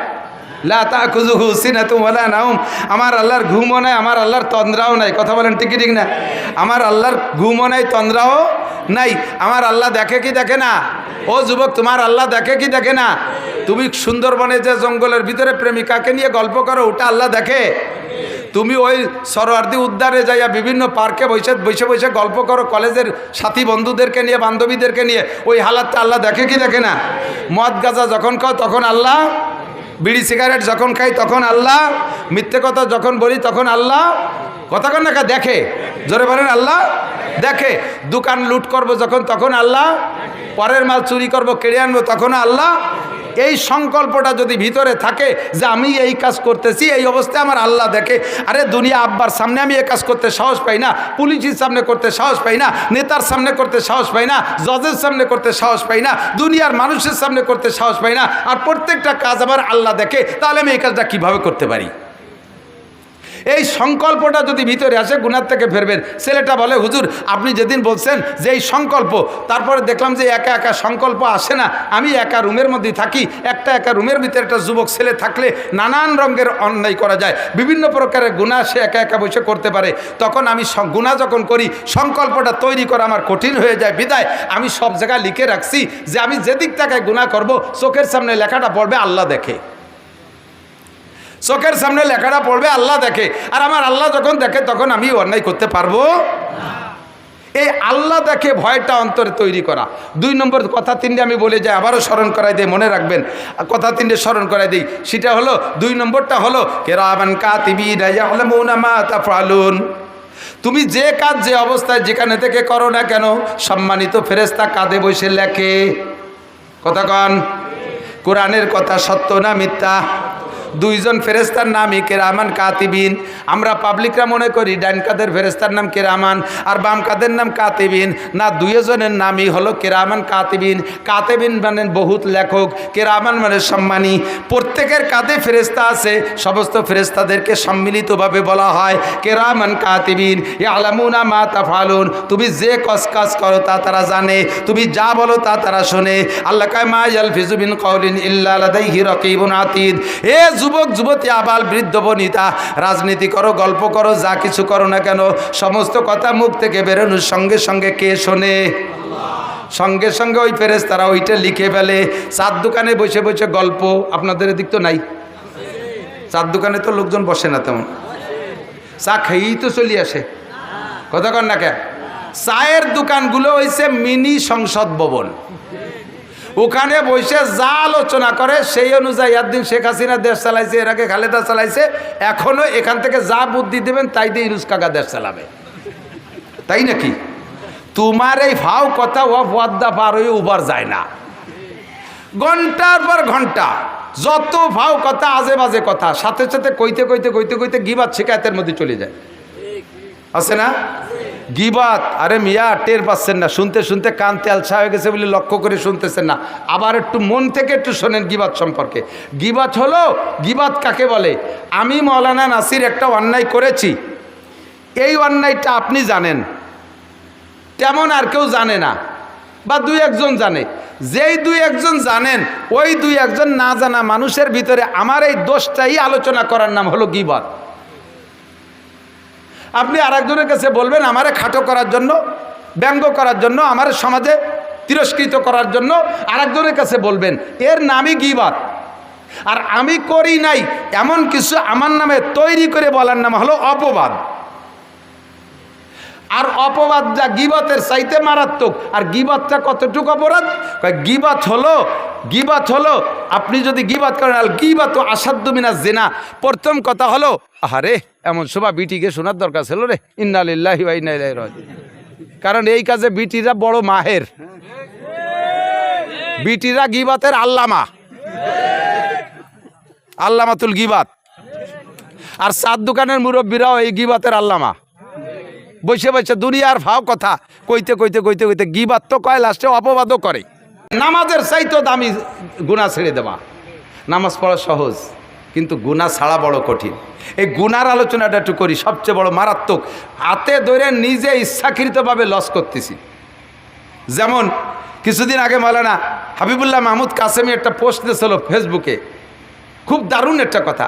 কয় জাগায় বসিয়া আমরা মুসলমানরা প্রত্যেকে ইসরায়েলের নামে আমরা মুসলমানরা, আমরা বাংলাদেশি, সারা পৃথিবী যারা বিকাশ ব্যবহার করি, কি করি? বিকাশ ব্যবহার করি। আমরা প্রত্যেকে ইসরায়েলের নেতানিয়াহুর নামে, ইসরায়েলের ইহুদিদের নামে আমরা রেগুলার টাকা বিকাশ করতেছি।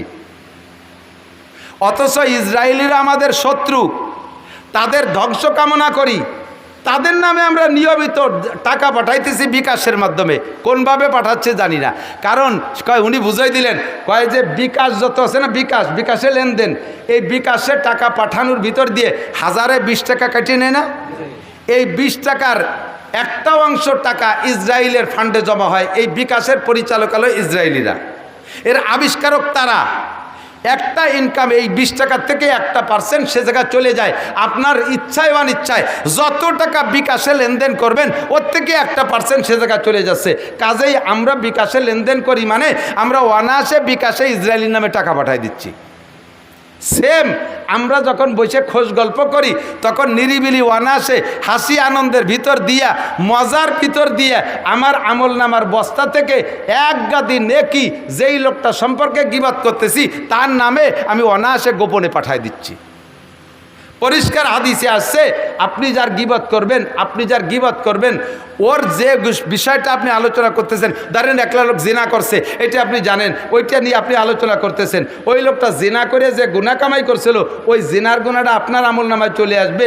আর সেই সময় আপনি যে ভালো নেকের কাজ করছিলেন বা আপনার নামাজ কালামের মধ্যে ভালো ইবাদত যেটা, ওখান থেকে বেশ কিছু নেকি তার সেই জায়গায় যে শূন্য স্থান পূর্ণ হয়ে যাবে। কথা কি বুঝতে পারছেন নাকি? কথা বুঝতে পারছেন? এবার এদিক তাকান, গীবত কেউ যারে মোহাব্বত করে ভালোবাসে তার গীবত করে না, গীবত করে শত্রুর। কার গীবত করে?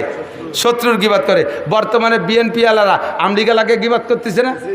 আমলিগালা কি বিএনপির বন্ধু না শত্রু? কথা কর না কে? বন্ধু না শত্রু? আমলিগালা বিএনপি আলাকে বন্ধু না শত্রু? নিয়মিত গীবত করে বন্ধুর মানে শত্রুর বস্তা ভরি বেলাই দিচ্ছে। চার দোকানে বসে, যে কোনো জায়গায় বসে, মসজিদে বসে, মাদ্রাসায় বসে আমি করতেছি। আবার আমলিগালাকে শত্রু হলো বিএনপি। হ্যাঁ এদিক তাকান, আমলিগালাকে শত্রু রেমিশন দেব, লাস্ট ফিনিশিং আছে, এদিক তাকান। এবার আমলিগালারা বিএনপি এলাকে গীবত করে তাকে ভরিয়ে বেলাচ্ছে। এগুলো শত্রুর উদাহরণ দিছি। আপনিও চার দোকানে বসে সামাজিকভাবে আপনার যে শত্রু, সেই শত্রুর গীবত করে আপনার নাকি তারে দিয়ে দিচ্ছেন, আর তার গুনাহ আপনি নিয়ে নিচ্ছেন। আমি আপনাদের সবাইরে অনুমতি দিলাম এই দৃষ্টিকোণ থেকে আমার সহজ একটা ইনকাম সোর্স আমি খুলে নিচ্ছি। আপনারা আমারে ভালোবাসেন, এই বর্ষাকালের দিন গরমের মধ্যে এসে বসে রয়েছেন, আপনারা আমারে ভালোবাসেন না? আপনারা আমারে ভালোবাসেন। আজকে থেকে আপনাদেরকেও অনুমতি দিলাম, আমি মাওলানা নাসির যে যদি কোনো অন্যায় করে থাকি এটা যদি আপনারা জানেন তাহলে আপনাদের অনুমতি দিলাম আমার আড়ালে এগুলো আপনারা বলা বলি করবেন। আপনারা আমার একটু গীবত করবেন, পারবেন তো ইনশাআল্লাহ?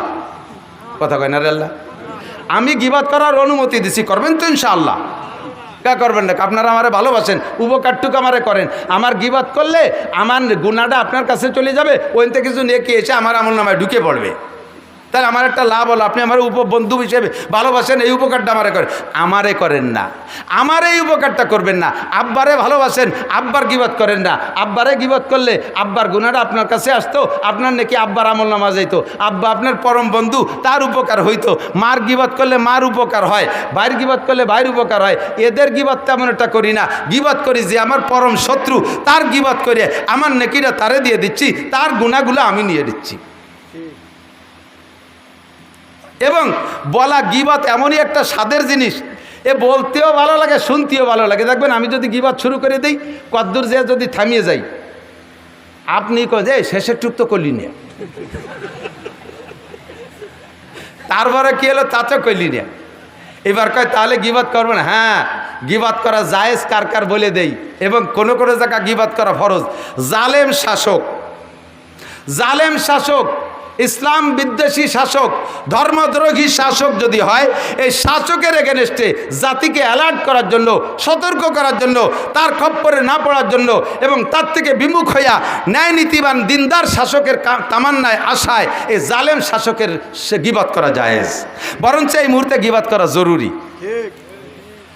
এমন কোনো ধর্মদ্রোহী আসছে, নাম করছে পীরির, অথচ হাজার হাজার মানুষকে এই পীরের নাম দিয়ে ধ্বংস করে দিচ্ছে, মাজার বানাইয়া পুজো করাচ্ছে, সেবা দেওয়াচ্ছে, সেখানে বেদাতি কারবার করতেছে। এরে হাজারো বুঝাই আমরা লাইনে আনতে পারতেছি না। এই মুহূর্তে এই জাতীয় ভণ্ড পীরের আলোচনা করিয়া ভণ্ড পীরের দোষগুলো উম্মতকে জানাই দিয়া উম্মতকে সেখান থেকে ফিরেই রাখা, এই জায়গা বেদাত, এই জায়গা গীবাত করা ফরজ, ওর থেকে জাতিকে ইমান বাঁচানোর জন্য ওর গীবাত করা ফরজ, এই সব জায়গা গীবাত করা ফরজ। শয়তানের গীবত করা ফরজ, যাতে মানুষের সতর্কতাকে শয়তানির মধ্যে না পড়ে। হ্যাঁ, আপনি অন্যায় করছেন, আপনারে আমি বলে পারতেছি না। এই জায়গা আপনাকে শাসন করার জন্য যাকে বললে আপনি শাসন হবেন, ওই জায়গা আপনার দোষটা বলা, এটা গীবত না, এটা হলো তাকে সংশোধন করার জন্যে। তবে এইটা সার্কুলার না দেওয়া যাতে লোকটা অপমানিত হয়। ফাঁকে আর একটা কথা মনে রাখেন, আপনি যার গীবত করছেন, আপনি যার গীবত করতেছেন, সে যে গুনাহটা করছে, ওই গুনাহ করার কারণে আপনি তার গীবত করতেছেন।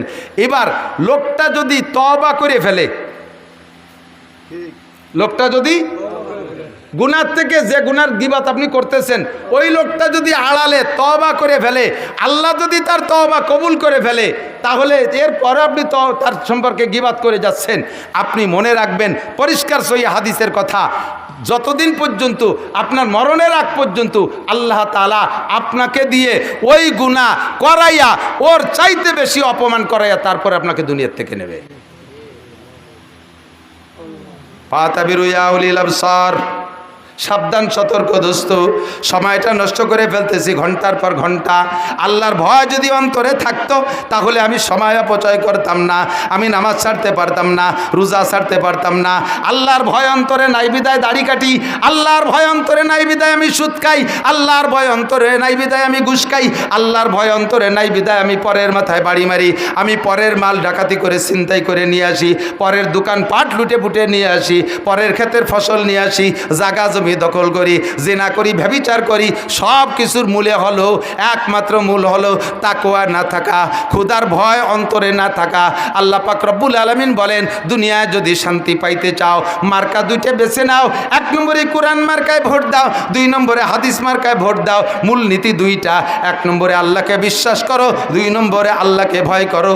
আল্লাহকে লাফাতাহনা আলাইহিম বারাকাতিম মিনাস সামাই ওয়াল আরদ, আসমান আর জমিন থেকে শান্তি আর রহমত আর বরকতের সব দরজা তোমাদের জন্য খুলে দেব।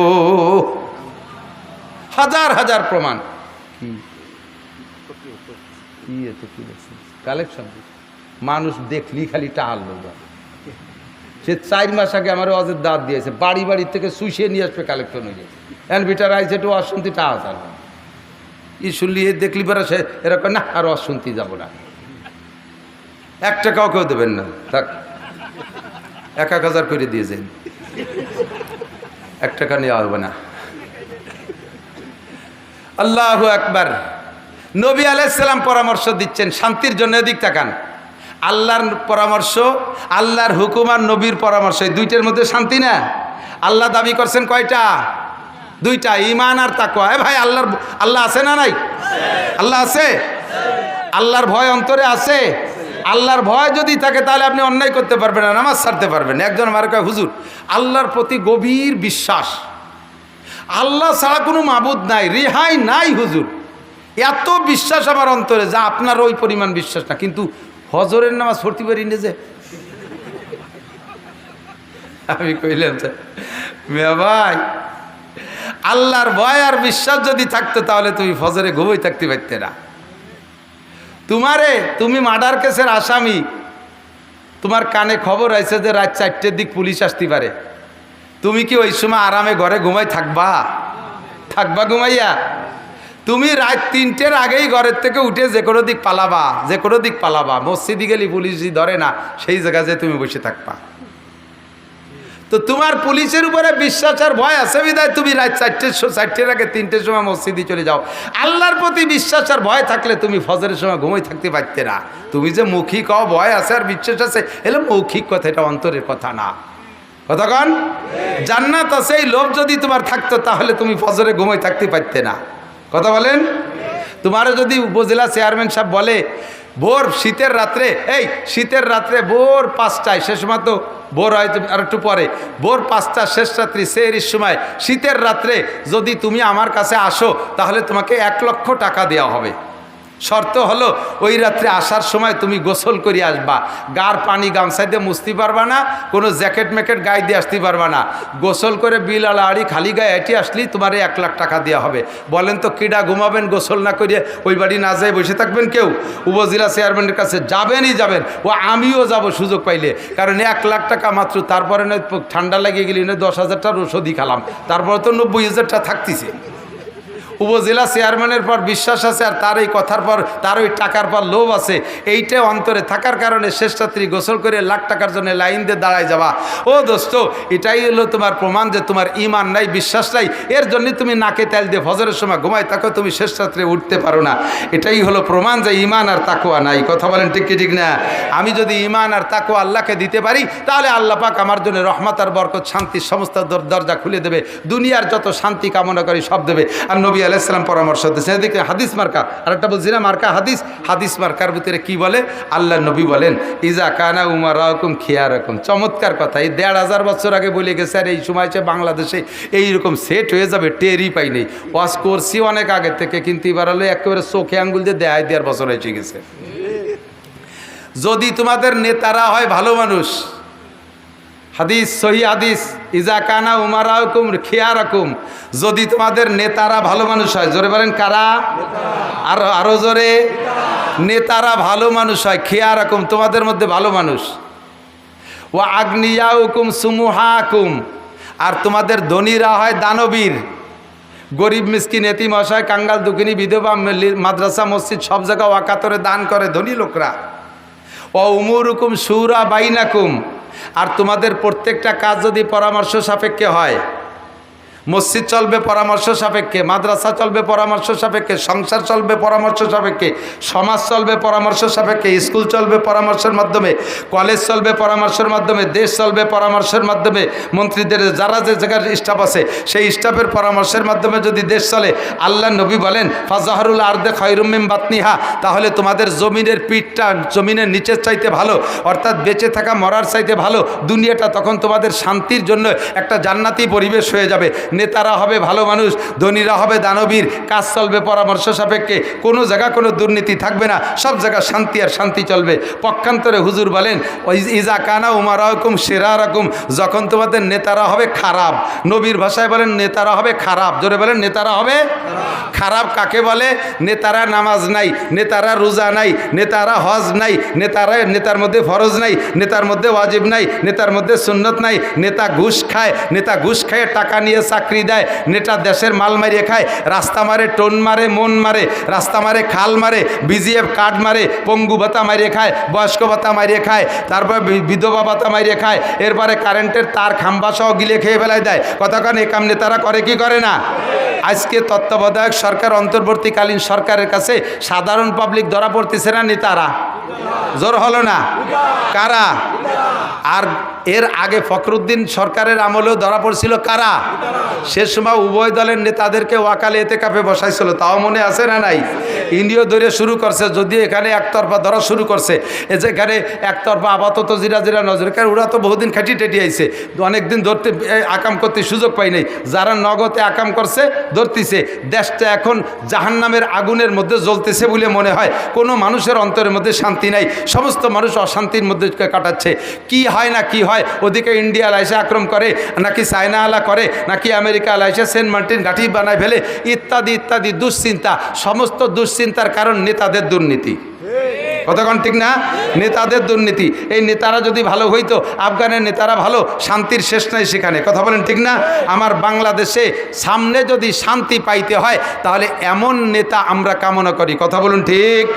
যেই নেতা কোরআন জানে, যেই নেতা হাদিস জানে, যেই নেতা তাহাজ্জুদ পড়ে, যেই নেতা কোরআন পড়ে, যেই নেতা তবলিগি যায়, যেই নেতা হাদিস পড়ে, যেই নেতা ফরজ আদায় করে, যেই নেতা মিথ্যে কথা বলে না, জিনা ব্যভিচার করে না, মানুষের হক মাইরে খায় না, জাকাত ফেতরা মাইরে খায় না, এই সমস্ত দিনদার আল্লাহওয়ালা নেতা যদি হয় তাহলে আমরা শান্তি পাবো। আমরা দোয়া করব আল্লাহ তাআলা যেন আমাদের সামনে যে সম্ভাবনা আসতেছে, তত্ত্বাবধায়ক সরকারের পরেই তো আসবে ইনশাল্লাহ নির্বাচন, এই নির্বাচনে আমরা এবছর কোরআন সুন্নাহর আইন বাস্তবায়ন করে যারা, তাদের মাধ্যমে আমরা এদেশের শান্তি কামনা করব, ঠিক কি ঠিক না? যদি সেরকম কেউ আসে সামনে, আমরা তাদের সমর্থন করব তো ইনশাআল্লাহ। শুধু দোয়া করবেন যাতে ইমানদার ওলামায়ে কেরামরা এক প্ল্যাটফর্মে এসে আপনাদের সামনে নিয়ে আসতে পারে। আমার যুবক ভাইরা আমি এখানে দেখেছি এই জায়গার যুবকরা আছে, সমন্বয়ক যুবকদের একটা কমিটি গঠন হয়েছে। তাদের চেহারা দেখলে, যদিও তারা স্কুল কলেজের ছেলে, তাদেরকে দেখে আমার দিলটা ভরে গেছে। তাদের উদ্দেশ্য আমি শুনেছি, সবগুলো দারুণ উদ্দেশ্য। তারাও চাইতেছে, সমস্ত সমন্বয়ক ছাত্ররা চাইতেছে যে আমরা সামনে কোরআন সুন্নাহ অনুযায়ী একটা দেশ চালায় দেখি, একটা টার্ম কমপক্ষে চালায় দেখি এরা কি আনতে পারে আল্লাহর কাছ থেকে। কারণ এরা দেশ চালাবে, শেষ রাত্রে উঠে আল্লাহর কাছে ওলামায়ে কেরামরা মুনাজাত করে, হাত তুলে কান্দে, আল্লাহ তুমি আমার হাতে দাও, আমি উম্মতের কাছে দেই। বাদশাহ শাহজাহান রহমাতুল্লাহ আলাইহির কিসসার মতো। বাদশাহ শাহজাহান রহমাতুল্লাহ আলাইহি বহুত বড় আলেম, বুজুর্গ বাদশাহ ছিলেন। ফজরের নামাজ পড়ে ইশরাক পর্যন্ত মসজিদে বসে তসবিহ তাহলিল তেলাওয়াত করে এরপরে ইশরাকের নামাজ পড়ে বাসায় যায়। তো উনি মসজিদে বসে ইশরাক পর্যন্ত আমল করতেছেন। এর মধ্যে উনার বাসায় ফকির গেছে। তো ফকির বাসায় গেলে বাসার থেকে বলছে যে বাদশাহ তো মসজিদে আমরা মেয়ে ছেলেরা দিলি কী বা দেবো, তুমি এই এলাকার ওনার দেশের নাগরিক, ওনার কাছে যদি চাও তাহলে তোমার চাহিদা পূর্ণ করে দেবে, তুমি মসজিদে যাও। তো মসজিদে আইসে ফকির কোনোদিন বাদশাহ শাহজাহানকে দেখে নাই। তো তার একটা বিশ্বাস, বাচ্চা হবে তো মুকুট হবে, বাচ্চা হবে তো প্যান্ট শার্ট টাইকোট হবে, বাচ্চা হবে তো পুলিশ পাইক পেয়াদা পাইতে থাকবে, সেরকম একটা শান শওকতে থাকবে। তো এইরকম যদি কেউ দেখি তাহলে বুঝবো যে বাচ্চা। তো এইভাবে আইসে দেখে মসজিদের দরজায় একজন দাঁড়ানো, খুব ডাটের পোশাক পরা। সে ফকির আইসা এই লোকটারে বাচ্চা মনে করে বলছে, বাচ্চা নামদার আমারে কিছু ভিক্ষা দেন। তো ওই লোকটা অরিজিনাল বাচ্চা না, উনি হলেন বাচ্চার গার্ড, বাচ্চার বডিগার্ড। তো উনারে দরজায় দাঁড় করে বসছি, মসজিদে বাচ্চা ইবাদত করতেছে, তার পোশাক আশাকে ফকির মনে করছে এইটাই বাচ্চা, তার কাছে টাকা চাইছে। তো দারোয়ান বলতেছে, ভাই তুই আমার চাকরি খাবি, তুই আমার বাচ্চা বলতেছি, শুনলি বাচ্চা তো আমার চাকরি শেষ করে দিবে রে। আমি বাচ্চা না, বাচ্চা হলো মসজিদের মধ্যে, তুই যা। তো মসজিদের ভিতরে যাইয়ে দেখে সারা মসজিদ ঘুরে কোনো জায়গা বাচ্চা পাইনি, দেখে এক কোনায় এক ফকির কান্নাকাটি করতেছে। তখন এই ফকির আর ওই ফকিরের কাছে কিছু না চাইয়ে চলে আসছে। তো বেরোয় যাওয়ার সময় দারোয়ান বলতে, কি দিলে একটু দেখাই যা। বাচ্চার কাছে চাইছি, বাচ্চা তো কেউ কম দেয় না, তোরে কত দিলে একটু দেয় না, আমি ভাগ চাই না।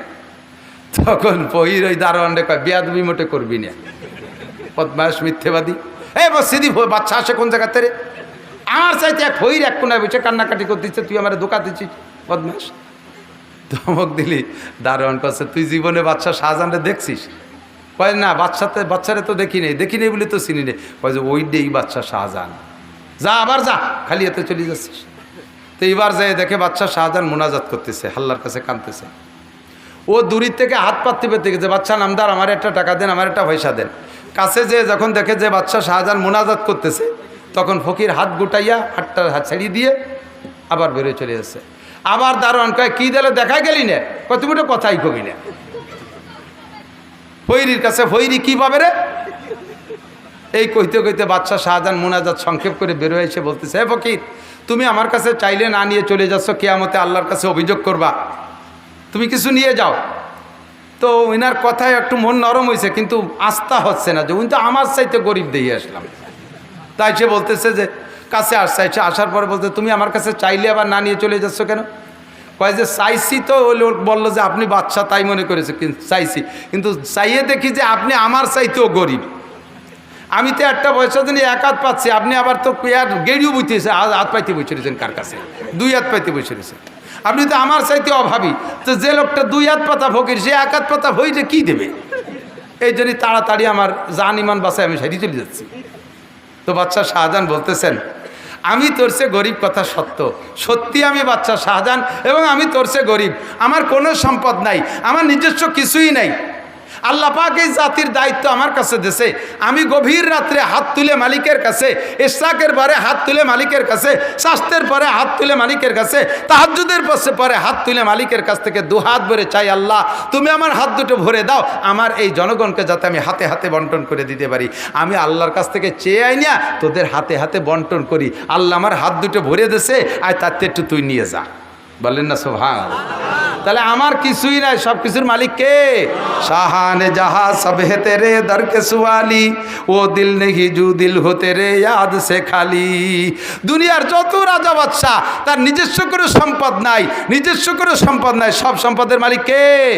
ওই মালিকের কাছ থেকে চাইয়ে এনে দিতে পারে যেই রাজা, আমরা তারে ভোট দেব। কথা কন ঠিক না? যে রাজা ওই মালিকের কাছে চায় না, নিজের ক্রেডিট দেখায়, আমি এটা করেছি, ওটা করেছি, সেটা করেছি, আরও করব, সামনেবার সুযোগ দেন, দেখেন কি করি, আসমান ভেঙে জমিনে নামাবো, লাঠির মধ্যে মুগুর ভরবো। যে নিজে সব করে, আমলিগ করুক আর বিএনপি করুক, যারা নিজেরা করে তাদের কাছে আমরা চাবো না। কথা বলেন ঠিক ঠিক না? যে আল্লাহর কাছ থেকে আমাদের চেয়ে এনে দেয়, এই পার্টির আমরা সামনে সমর্থন করব। ঠিক কি ঠিক না? সেই পার্টি আমাদের সামনে আল্লাহ যেন ব্যবস্থা করে দেয়। বলেন আমিন। আমরা মুসলমান সবাইরে দেখছি, সবার শাসন আমরা দেখছি, আর আমাদের ভালো লাগে না, আমাদের আর ভালো লাগে না, আমরা আর আন্দোলন করতে চাই না, আমরা আর রক্ত ঝরাইতে চাই না নিজেরা। আমরা মালিকের কাছ থেকে চেয়ে এনে দেয় যে ইজা কানা উমার আহকুম, ওমরের মতো খলিফা চাই, আবু বকরের মতো খলিফা চাই, উসমানের মতো খলিফা চাই, যে বাড়ি বাড়ি যাইয়ে আগায় দিয়ে আসে। কথা বলেন ঠিক না? বাড়ি যাইয়ে আগায় দিয়ে আসে, আমাদেরটা জায়গায় বসে বেশাল পাইতে শুষিয়ে না খায়, বিভিন্ন জায়গা জাল পাইতে থুইছে, ওখান থেকে দিয়ে যাও, ওখান থেকে দিয়ে যাও, ওখান থেকে দিয়ে যাও, খাইছো খাও, এখন ফরান বেরিয়ে খাও, যে দলেরই হও।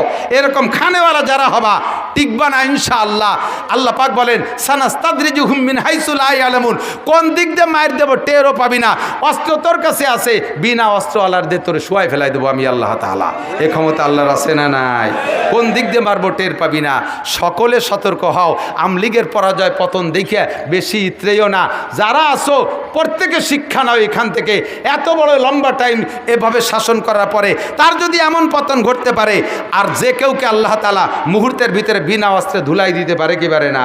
ও যুবক, লুটতারাজ করো না, দুর্বল পাই এখন তাদের ঘর বাড়ি ভাঙো না, তাদের দোকানপাট লুটো না, তুমি একটু ধৈর্যের সাথে মানবতা দেখাও, যাতে তুমি তাহাজ্জুদ গুজার পার্টির সাথে তুমি ন্যায় নিষ্ঠার সাথে আল্লাহর পক্ষ থেকে ক্ষমতা পাও, আর জাতিকে সঠিকভাবে তুমি দায়িত্ব পালন করতে পারো, তাদের খেদমত।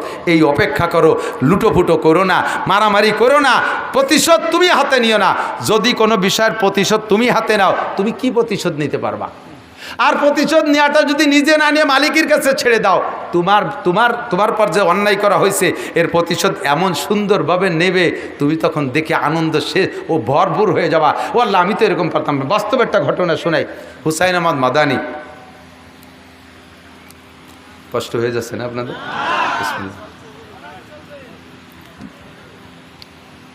হুসাইন আহমদ মাদানী সদর শাহ হুজুরের উস্তাদ, আহমদ শফি শাহ হুজুরের উস্তাদ, বাংলাদেশের এরকম বড় বড় অনেকের উস্তাদ।